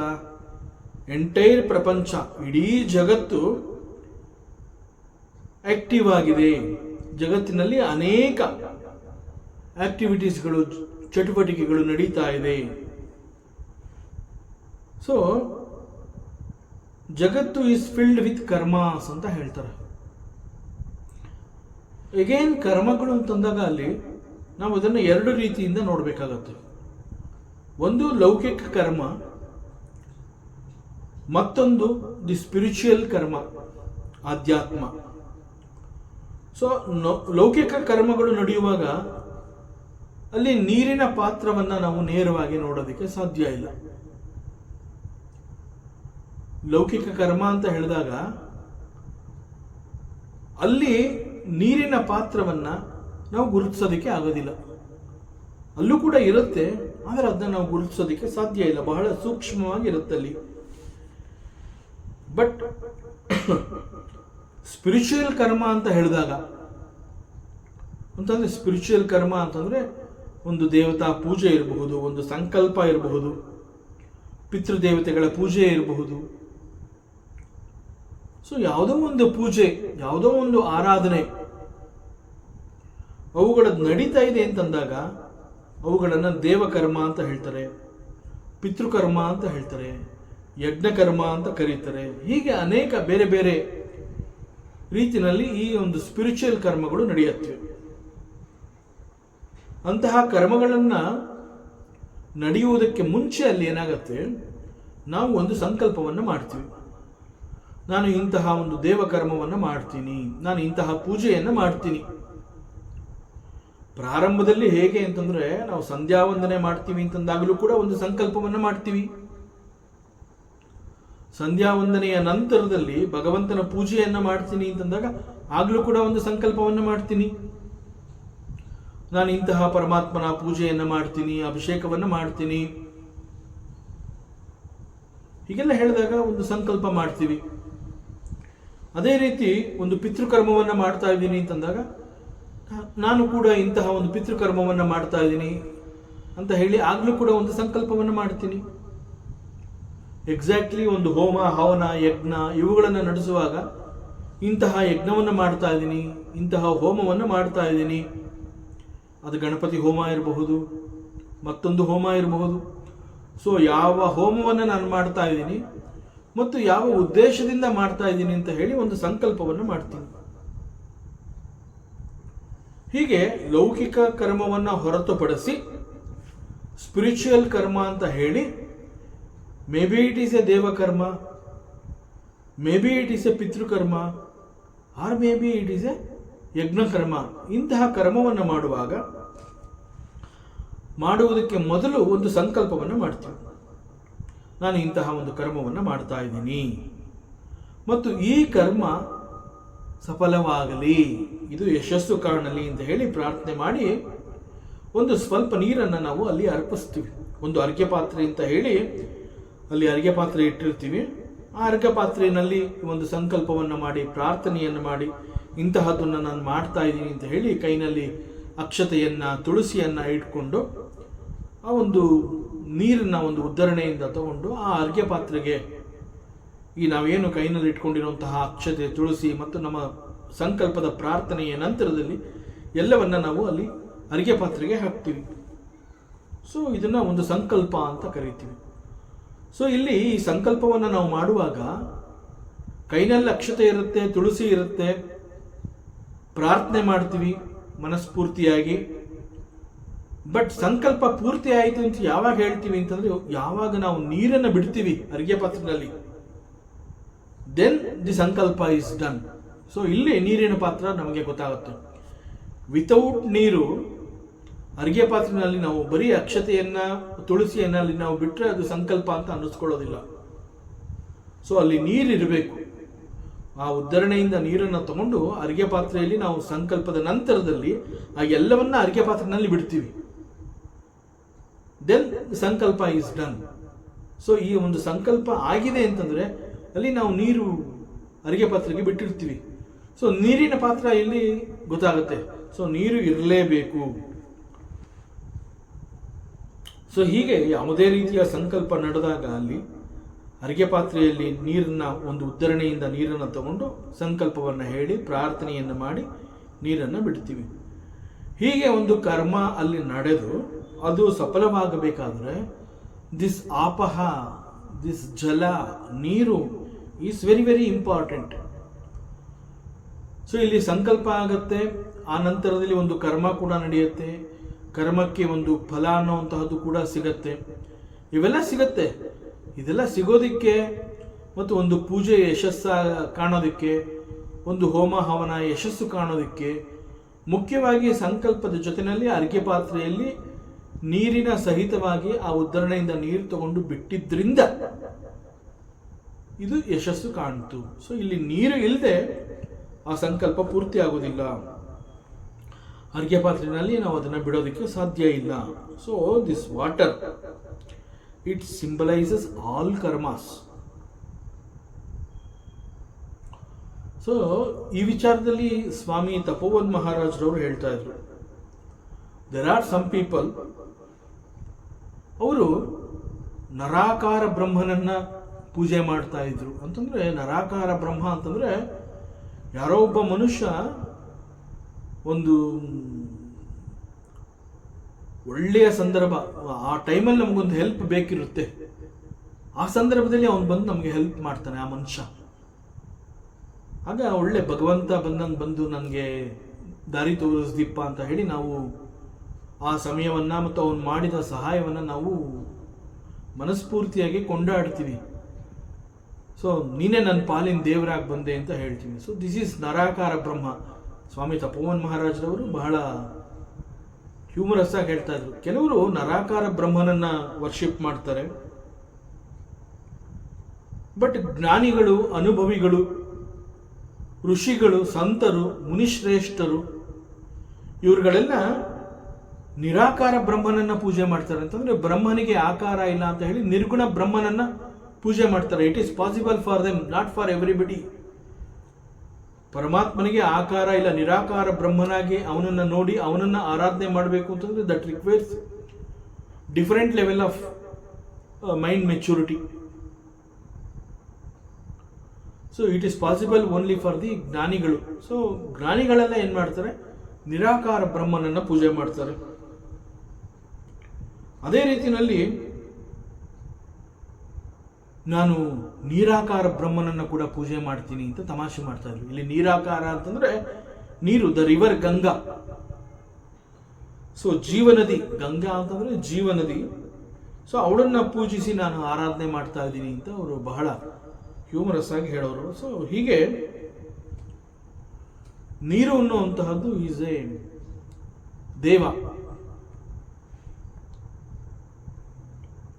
ಆರನೇದು ಇಟ್ ಈಸ್ ವ್ಯೋಮ. ಪರಮಾತ್ಮನ ಅಷ್ಟಮೂರ್ತಿಗಳಲ್ಲಿ ಆರನೆಯ ಮೂರ್ತಿ ಈಸ್ ಕಾಲ್ಡ್ ವ್ಯೋಮ. ವ್ಯೋಮ ಅಂತಂದ್ರೆ ಸ್ಪೇಸ್, ಅದನ್ನ ಆಕಾಶ ಅಂತ ಕೂಡ ಹೇಳ್ತಾರೆ. Again this akasha or this space, vyoma, is one of the murtis of the Bhagavan Shiva. ಪುಷ್ಪದಂತಾಚಾರ್ಯ ಹೇಳ್ತಾ ಇದ್ದಾನೆ, ಸ್ಪೇಸ್ ಅಂತಂದಾಗ ನಮಗೆ ತಿಳಿಯುವಂತಹದ್ದು ಏನು ಅಂತಂದ್ರೆ, ಸ್ಪೇಸ್ ಅಕಾಮಡೇಟ್ಸ್ ಎವ್ರಿಥಿಂಗ್. ಆಕಾಶ ಅನ್ನುವಂತಹದ್ದು ಎಲ್ಲವುಗಳಿಗೆ ಅವಕಾಶವನ್ನು ಮಾಡಿಕೊಡುತ್ತೆ. ಸೊ ಆಕಾಶವನ್ನ ಅವಕಾಶ ಅಂತ ಕೂಡ ಕರೀತಾರೆ. ಯಾಕೆಂತಂದ್ರೆ ಈ ಆಕಾಶ ಎಲ್ಲರಿಗೂ ಆಶ್ರಯವನ್ನು ಒದಗಿಸುತ್ತೆ. ಭಗವಂತ ಅಂತಂದ್ರೆ ಹಿ ಈಸ್ ಲೈಕ್ ದಟ್. ಭಗವಂತ ಕೂಡ ಹಿ ಅಕಾಮಡೇಟ್ಸ್ ಆಲ್ ಆಫ್ ಅಸ್. ನಮ್ಮೆಲ್ಲರಿಗೂ ಅವನು ಆಶ್ರಯದಾತ ಭಗವಂತ. ಸೊ ಭಗವಂತ ನಮ್ಮೆಲ್ಲರಿಗೂ ಆಶ್ರಯದಾತ. ಆದರೆ ಭಗವಂತನನ್ನು ನಾವು, ಅವನು ನಮ್ಮೆಲ್ಲರಿಗೂ ಆಶ್ರಯವನ್ನು ಕೊಟ್ಟರು ಕೂಡ he remains, Bhagavanta he remains untouched. It is exactly like that. ವ್ಯೋಮ ಅಂತ ಹೇಳಿದಾಗ, ಸ್ಪೇಸ್ ಅಂತ ಹೇಳಿದಾಗ, ದಿಸ್ ಆಕಾಶ ಅನೇಕಗಳಿಗೆ ಅವಕಾಶವನ್ನು ಕೊಟ್ಟು ಎಲ್ಲವುಗಳಿಗೂ ಆಶ್ರಯವನ್ನು ಕೊಟ್ಟರು ಕೂಡ ಆಕಾಶ ಅಂತಂದಾಗ it is untouched, it remains untouched. ಆಕಾಶವನ್ನ ಯಾರು ಕೂಡ ಮುಟ್ಟಕ್ಕಾಗೋದಿಲ್ಲ. ಈಗ ನಾವು ಯಾವುದೋ ಒಂದು ಜಾಗದಲ್ಲಿ ಒಂದು ಬೆಂಕಿ ಹಾಕಿದಾಗ ಅಲ್ಲಿ ಹೊಗೆ ಸುತ್ತಕೊಳ್ಳುತ್ತೆ.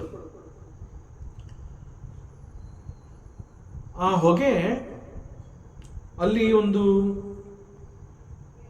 ಏರ್ನ ಪಲ್ಯೂಟ್ ಮಾಡಬಹುದು. ಅದು but it cannot pollute the space. So ಹೀಗೆ ಸ್ಪೇಸ್ ಅಂತ ಹೇಳಿದಾಗ it remains untouched like Bhagwan. So space is also one of the ashtamurtis of the same Bhagwan. ಅದರಿಂದ ಆಕಾಶವನ್ನು ಕೂಡ ಬ್ರಹ್ಮ ಅಂತ ಕರೀತಾರೆ. ಇನ್ನು ಪರಮಾತ್ಮನ 7ನೇ ಮೂರ್ತಿ ಈಸ್ ಭೂಮಿ, ದಿ ಅರ್ತ್. ಭೂಮಿ ಎನ್ನುವುದು ಅದು ಕೂಡ ಈ ಪಂಚಮಹಾಭೂತಗಳಲ್ಲಿ ಅದು ಕೂಡ ಒಂದು. ಈ ಭೂಮಿಯ ಒಂದು ವಿಶಿಷ್ಟವಾದ ಗುಣ ಏನು ಅಂತಂದ್ರೆ ಧಾರಣಾ ಶಕ್ತಿ. It holds everything together. ಧಾರಣಾ ಶಕ್ತಿ ಅಂತಂದ್ರೆ ಹಂಗೆ ಅದು. It holds everything together. ಎಲ್ಲವನ್ನ ಒಟ್ಟಾಗಿ ಹಿಡಿದಿಟ್ಕೊಳ್ಳುವಂತಹ ಸಾಮರ್ಥ್ಯ ಈ ಒಂದು ಭೂಮಿಗಿದೆ. ಸೊ ದಿಸ್ ಧಾರಣಾ ಪವರ್ ಅದು ದಿಸ್ ಮದರ್ ಅರ್ತ್, ಆ ತಾಯಿ, ನಾವು ಭೂಮಿ ತಾಯಿ ಅಂತ ಹೇಳ್ತೀವಿ, ಅವಳಲ್ಲಿರುವಂತಹ ಒಂದು ಮಹಾಶಕ್ತಿ ಅದು. ಅಂಡ್ ದಿ ಕಾನ್ಸೆಪ್ಟ್ ಆಫ್ ಧಾರಣಾ ಶಕ್ತಿ, ಸಾಮಾನ್ಯವಾಗಿ ಇದನ್ನು ನಾವು ನಮ್ಮ ಸನಾತನ ಧರ್ಮದಲ್ಲಾಗಲಿ ಅಥವಾ ಬೇರೆ ಯಾವುದೋ ಒಂದು ಶಾಸ್ತ್ರ ಗ್ರಂಥಗಳಲ್ಲಾಗಲಿ ಅಷ್ಟಾಗಿ ನೋಡೋದಕ್ಕೆ ಸಾಧ್ಯ ಇಲ್ಲ. ಬಟ್ ಎವ್ರಿಬಡಿ ನೋಸ್ ಭೂಮಿ ಅಂತಂದರೆ ಧಾರಣಾ ಶಕ್ತಿ ಅನ್ನುವಂತಹದ್ದು ಎಲ್ರಿಗೂ ಗೊತ್ತು. ಸೊ ಎಲ್ಲರನ್ನ ಒಟ್ಟಾಗಿ ಹಿಡಿದಿಟ್ಕೊಳ್ಳುವಂತಹ ಶಕ್ತಿ ಭೂಮಿ ತಾಯಿಗಿದೆ ಅಂತ ಎಲ್ಲರೂ ಮಾತನಾಡ್ತೀವಿ, ಎಲ್ಲರೂ ಹೇಳ್ತಾರೆ, ಎಲ್ರಿಗೂ ಗೊತ್ತಿರುವಂತಹ ವಿಚಾರ. ಬಟ್ ಶಾಸ್ತ್ರದಲ್ಲಿ ಇದನ್ನು ಎಲ್ಲೂ ನೋಡಿರುವಂತಹ ಇದು ಚಾನ್ಸಸ್ ಕಡಿಮೆ. ಬಟ್ ಇದು ಒಂದು ನಂಬಿಕೆ. ಭೂಮಿ ಅಂತ ಹೇಳಿದಾಗ ಭೂಮಿನಲ್ಲಿ ಈ ಒಂದು ಧಾರಣಾ ಶಕ್ತಿ ಇದೆ ಎನ್ನುವಂತಹದ್ದು ಒಂದು ಅನುಭವ ಜೊತೆಗೆ ಒಂದು ನಂಬಿಕೆ. ಸೊ ಇದು ನಮಗೆ ಅರ್ಥ ಆಗಿದೆ, ನಮಗೆ ಅನುಭವ ಆಗಿದೆ, ಅಷ್ಟೇ ಸತ್ಯ. So this Bhumi is also ಭಗವಂತನ ಅಷ್ಟಮೂರ್ತಿಗಳಲ್ಲಿ ಇದು ಕೂಡ ಒಂದು. ಸೊ ಧಾರಣ ಅಂತಂದ್ರೆ it means to hold or to support. Shakti means power, ಧಾರಣಾ ಶಕ್ತಿ. ಸೊ ಭೂಮಿನಲ್ಲಿ ಧಾರಣಾ ಶಕ್ತಿ ಇದೆ ಅಂತಂದ್ರೆ, ಭೂಮಿ ಅಂತಂದಾಗ ಅದು ಕೂಡ ಒಂದು ಪ್ಲಾನೆಟ್. ಸೊ ಇಲ್ಲಿ it has got the ability to support and sustain the life. So ಇಲ್ಲಿ ಈ ಒಂದು ಪ್ಲಾನೆಟ್ ಅಲ್ಲಿ ನಾವು ಒಂದು ಜೀವಶಕ್ತಿಯನ್ನ ನೋಡಬಹುದು, ಒಂದು ಲೈಫ್ನ ನೋಡಬಹುದು. ಬೇರೆ ಇನ್ನೆಲ್ಲೂ ಇಂತಹದ್ದಿದೆ ಅನ್ನೋದಕ್ಕೆ ಆಧಾರ ಇಲ್ಲ.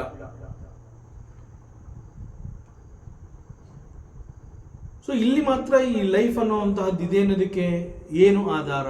ಭೂಮಿನಲ್ಲಿ ಮಾತ್ರ ಇದು ಇದೆ ಅಂತ ಹೇಳ್ತಾರಲ್ಲ, ಹೇಗೆ?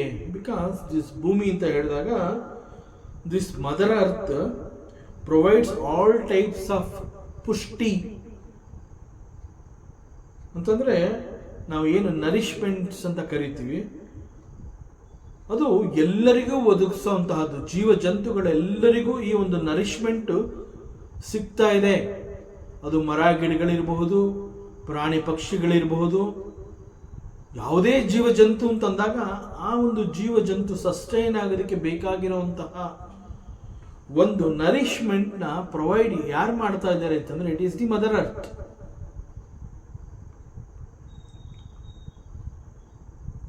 ಮತ್ತು there is a stability in the earth. ಹೇಗೆ ಅಂತಂದ್ರೆ ಅದನ್ನು ನಾವು ಗ್ರಾವಿಟೇಷನಲ್ ಪವರ್ ಅಂತ ಹೇಳ್ತೀವಿ. ಸೊ ಈ ಗ್ರಾವಿಟೇಷನಲ್ ಪವರ್ ಅಂತಂದಾಗ it maintains the balance in the nature also.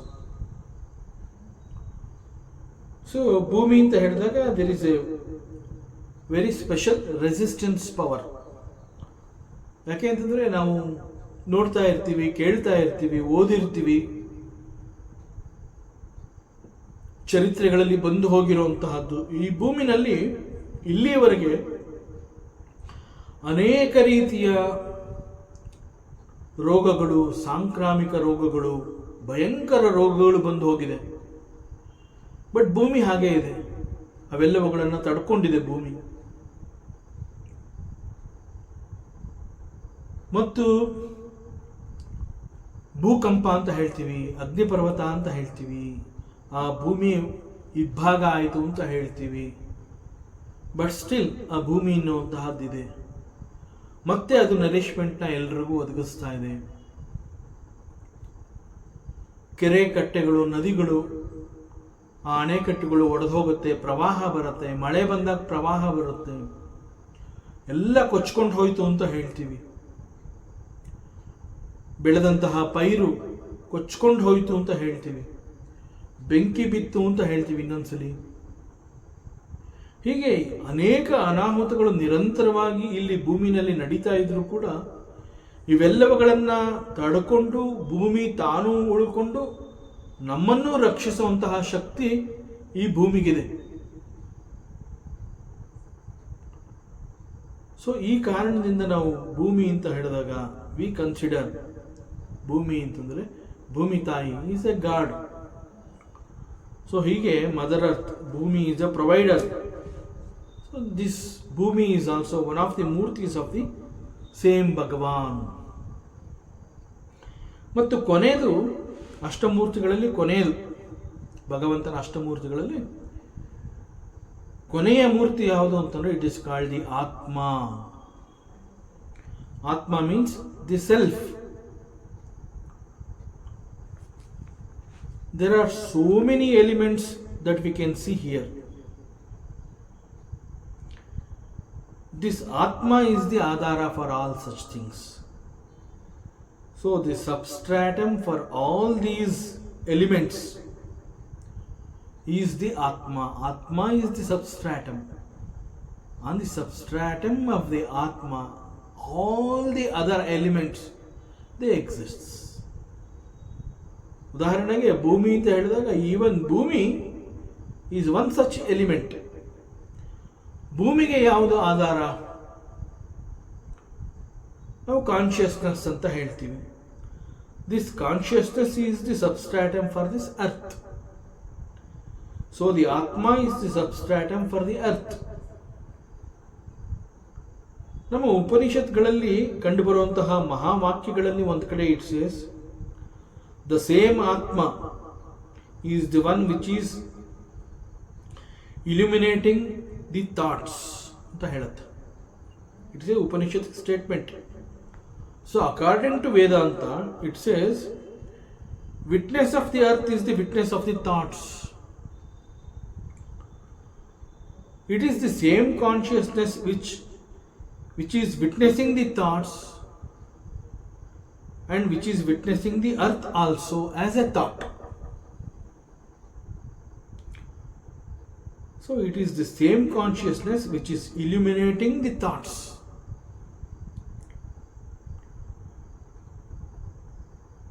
ಆಲೋಚನೆಗಳು ನಮ್ಮ ಮನಸ್ಸಿನಲ್ಲಿ ಹೇಗೆ ಬರ್ತಾ ಇದೆ ಅಂತಂದ್ರೆ ಇಟ್ ಈಸ್ ಬಿಕಾಸ್ ಆಲೋಚನೆಗಳು ಬರ್ತಾ ಇದೆ ಅನ್ನುವಂತಹದ್ದು ನನಗೆ ಹೇಗೆ ಗೊತ್ತಾಗುತ್ತೆ ಅಂತಂದ್ರೆ ದಿ ಆತ್ಮ ಇಸ್ ಇಲ್ಯುಮಿನೇಟಿಂಗ್. ಅದಕ್ಕೆ ಕಾನ್ಷಿಯಸ್ನೆಸ್ ಅಂತ ಹೇಳಿದಾಗ it is the mind. Mind ಅಂತ ಹೇಳಿದಾಗ it entertains the thoughts. So it is because of the consciousness there is mind. It is because of the mind the thoughts are coming and going. What is mind ಅಂತಂದ್ರೆ mind is flow of thoughts ಅಂತ ಹೇಳ್ತಾರೆ. ಸೊ ಈ ಥಾಟ್ಸ್ಗಳಿಗೆ ಕಾರಣ ಏನು ಅಂತಂದ್ರೆ the mind. It is entertaining and it is the mind because of the consciousness. So ಇದನ್ನ ಈ ರೀತಿಯಲ್ಲಿ ನಾವು ಅರ್ಥ ಮಾಡ್ಕೋಬೇಕಾಗುತ್ತೆ. ವೇದಾಂತ ಹೇಳಿದಾಗ it appears little tricky, but we have to think. So from the standpoint of Vedanta, ನಮ್ಮ ಸನಾತನ ಧರ್ಮದಲ್ಲಿ ದಿ ಕಾನ್ಸೆಪ್ಟ್ ಆಫ್ ವಿಟ್ನೆಸ್ ಅಂತ ಹೇಳಿದಾಗ ಅದನ್ನು ನಾವು ಸಾಕ್ಷಿ ಅಂತ ಕರಿತೀವಿ. ಈ ಸಾಕ್ಷಿ ಅನ್ನುವಂತಹದ್ದು it is very crucial in understanding the nature of reality and the self.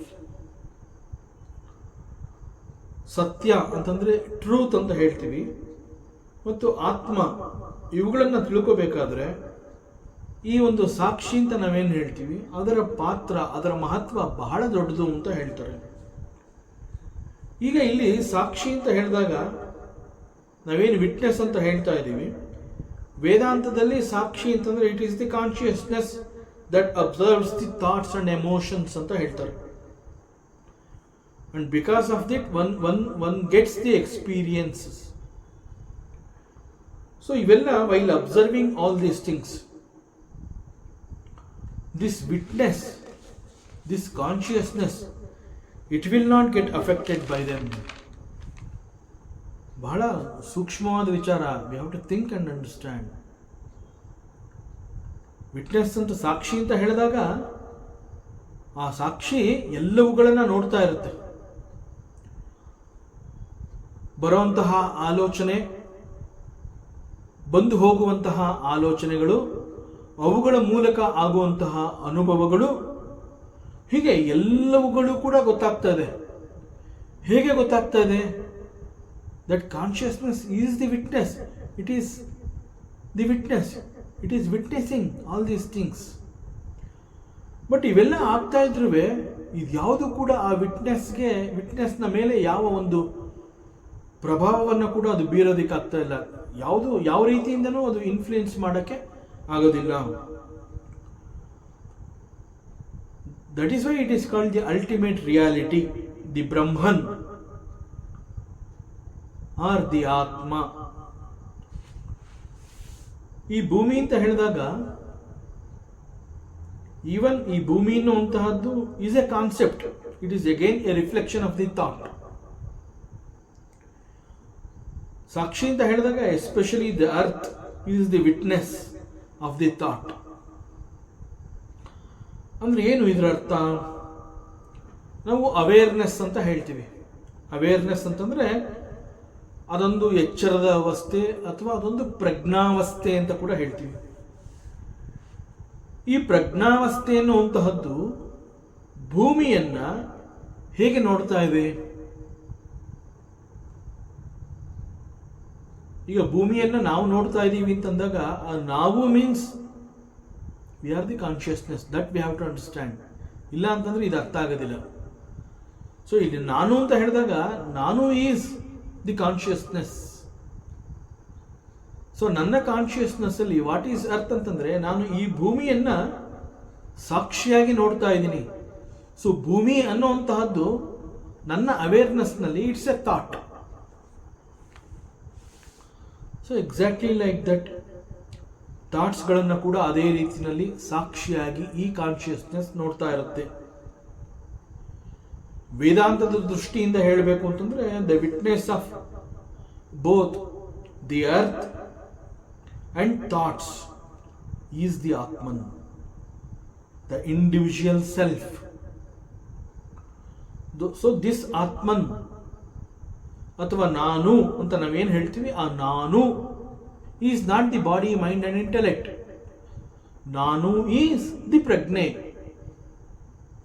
Above all these things.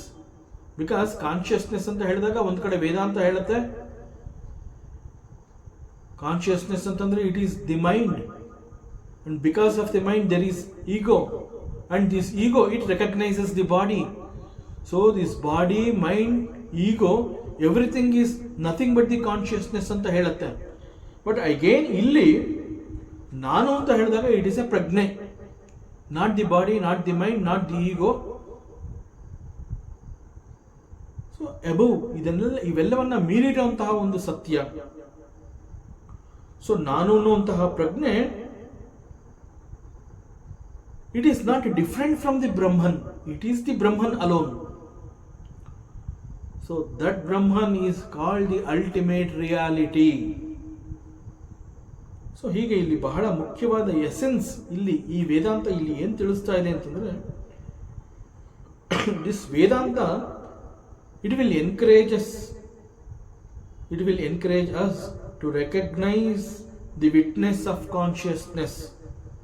ಮತ್ತು ಈ ಕಾರಣದಿಂದ ಈ ಅನುಭವಗಳು ಇದು ಹೊರ ಪ್ರಪಂಚದ ಅನುಭವಗಳು ಕೂಡ ಆಗಿರಬಹುದು ಅಥವಾ ನಮ್ಮ ಒಳಗಿನ ಅನುಭವಗಳು ಕೂಡ ಆಗಿರಬಹುದು. ಅಂದ್ರೆ ಇಂಟರ್ನಲ್ ಎಕ್ಸ್ಪೀರಿಯನ್ಸಸ್ ಅಂತ ಹೇಳ್ತೀವಲ್ಲ, ಅದು ನಮ್ಮ ಒಳಗಿನ ಎಕ್ಸ್ಪೀರಿಯನ್ಸಸ್. ಸೊ ದಟ್ ಈಸ್ ಒಳಗಿನ ಎಕ್ಸ್ಪೀರಿಯನ್ಸಸ್ಗಳಂತಂದ್ರೆ ಯಾವುದು? ಹೊರಪ್ರಪಂಚದ ಎಕ್ಸ್ಪೀರಿಯನ್ಸ್ಗಳು ಅಂತಂದಾಗ ಅದು ಬಹಳ ಸುಲಭವಾಗಿ ಅರ್ಥ ಆಗುತ್ತೆ. ಯಾಕೆಂತಂದರೆ ನಾವು ಹೊರಗಿನ ಅನುಭವಗಳು ಅಂತಂದಾಗ ಅದೆಲ್ಲ ನಮ್ಗೆ ಹೇಗೆ ಸಿಗತ್ತೆ ಅಂತಂದರೆ it is because of our ಇಂದ್ರಿಯಗಳು. ನಮ್ಮ ಇಂದ್ರಿಯಗಳು ಹೊರ ಪ್ರಪಂಚಕ್ಕೆ ಹೋಗಿ ಅಲ್ಲಿ ಅನೇಕಗಳನ್ನು ನೋಡಿ ಆ ಅನೇಕಗಳ ಅನುಭವಗಳನ್ನು ತಂದು ನಮಗೆ ಜ್ಞಾನ ಅಂತ ಹೇಳಿ ಕೊಡುತ್ತೆ. ಸೊ ಹೊರಗಿನ ಅನುಭವಗಳು ಅಂತಂದಾಗ it is very easy to understand. So ನಮ್ಮ ಒಳಗಿನ ದ ಇಂಟರ್ನಲ್ ಎಕ್ಸ್ಪೀರಿಯನ್ಸಸ್ ಅಂತಂದಾಗ ಅದು ಯಾವ ರೀತಿ? ಎಮೋಷನ್ಸ್, ಭಾವನೆಗಳು ಅಂತ ಹೇಳ್ತೀವಲ್ಲ, ಆ ಭಾವನೆಗಳು, ಎಮೋಷನ್ಸ್. ಸೊ ಅವೆಲ್ಲ ಥಾಟ್ಸ್, ಈವನ್ ಥಾಟ್ಸ್, ಅವುಗಳೆಲ್ಲ ನಮ್ಮ ಒಳಗಡೆ ಇರುವಂಥದ್ದು. ಯಾಕೆಂದರೆ ಥಾಟ್ಸ್ ಅಂತ ಹೇಳಿದಾಗ, ಆ ಆಲೋಚನೆಗಳು ಅಂತ ಹೇಳಿದಾಗ ಅದಕ್ಕೊಂದು ರೂಪ ಇಲ್ಲ. ಆ ರೂಪವನ್ನು ನಾವು ಮನಸ್ಸಿನಲ್ಲಿ ಕೊಟ್ಟಿರ್ತೀವಿ ಅಷ್ಟೇ. ಬಟ್ ಆಲೋಚನೆ ಅಂತ ಹೇಳಿದಾಗ ಅದಕ್ಕೆ ಒಂದು ಪರ್ಟಿಕ್ಯುಲರ್ ಆಗಿ ಇಂತಹದೇ ಒಂದು ರೂಪ ಅಂತ ಇಲ್ಲ. ಸೊ ಎಮೋಷನ್ಸ್, ಥಾಟ್ಸ್ ಇವೆಲ್ಲ ಇಂಟರ್ನಲ್ ಎಕ್ಸ್ಪೀರಿಯನ್ಸಸ್. ಸೊ ಈ ಅವೇರ್ನೆಸ್ಗಳನ್ನು ನಾವು ಬೆಳೆಸ್ಕೊಳ್ತಾ ಹೋದಂಗೆ ಅಂತಂದರೆ ನಾವು ಎಷ್ಟೆಷ್ಟು ಪ್ರಜ್ಞಾವಂತರಾಗಿರ್ತೀವಿ, one can move very close to this ultimate reality. ಅಂತಂದರೆ ಈ ಸತ್ಯದ ಅನುಭವ ಆಗಬೇಕು ಅಂತಂದರೆ ಒನ್ ಮಸ್ಟ್ ಬಿ ಆಲ್ವೇಸ್ ಸದಾ ಅಲರ್ಟ್ ಆಗಿರಬೇಕು, ಅವೇರ್ನೆಸ್ನಿಂದ ಕೂಡಿರಬೇಕು, ಪ್ರಜ್ಞಾವಂತನಾಗಿರಬೇಕು. ಹೀಗೆ ಇವೆಲ್ಲ ಭಗವಂತನ ಹತ್ತಿರಕ್ಕೆ ನಾವು ಹೋಗಬಹುದು, ಭಗವಂತನನ್ನು ನಾವು ತಿಳ್ಕೋಬಹುದು. ಸೊ ಹೀಗೆ ಇಲ್ಲಿ ಪುಷ್ಪದಂತಾಚಾರ್ಯ ತನ್ನ ಆರಾಧ್ಯ ದೈವ ಶಿವನನ್ನ ಕುರಿತು ಈ ಅಷ್ಟಮೂರ್ತಿಗಳನ್ನು ಅವನು ಹೇಳಬೇಕಾದ್ರೆ, ಈ ಅಷ್ಟಮೂರ್ತಿಗಳು ಅಂತಂದಾಗ it is none other than you Shiva ಅಂತ ಹೇಳಿ ತನ್ನ ಆರಾಧ್ಯ ದೈವ ಶಿವನನ್ನ ಹಾಡಿ ಹೊಗಳಿ ಸ್ತುತಿ ಮಾಡ್ತಾ ಇದ್ದಾನೆ. ಮತ್ತಷ್ಟು ವಿಚಾರಗಳಿದೆ, ಮುಂದಿನ ಅವಕಾಶದಲ್ಲಿ ಮತ್ತೆ ಮುಂದುವರಿಸೋಣ. ಓಂ ಪೂರ್ಣಮದಃ ಪೂರ್ಣಮಿದಂ ಪೂರ್ಣಾತ್ ಪೂರ್ಣಮುದಚ್ಯತೆ ಪೂರ್ಣಸ್ಯ ಪೂರ್ಣಮಾದಾಯ ಪೂರ್ಣಮೇವಾವಶಿಷ್ಯತೆ. ಓಂ ಶಾಂತಿ ಶಾಂತಿ ಶಾಂತಿ. ಹರಿ ಓಂ ಶ್ರೀ ಗುರುಭ್ಯೋ ನಮಃ. ಹರಿ ಓಂ. ಈ ದಿನದ ಪ್ರವಚನ ಸೇವೆಯನ್ನು ಪರಮಾತ್ಮ ಶ್ರೀಕೃಷ್ಣನ ಪಾದಚರಣಗಳಲ್ಲಿ ಅತ್ಯಂತ ಭಕ್ತಿಯಿಂದ ಶ್ರದ್ಧೆಯಿಂದ ಅರ್ಪಿಸೋಣ. ಶ್ರೀಕೃಷ್ಣಾರ್ಪಣಮಸ್ತು.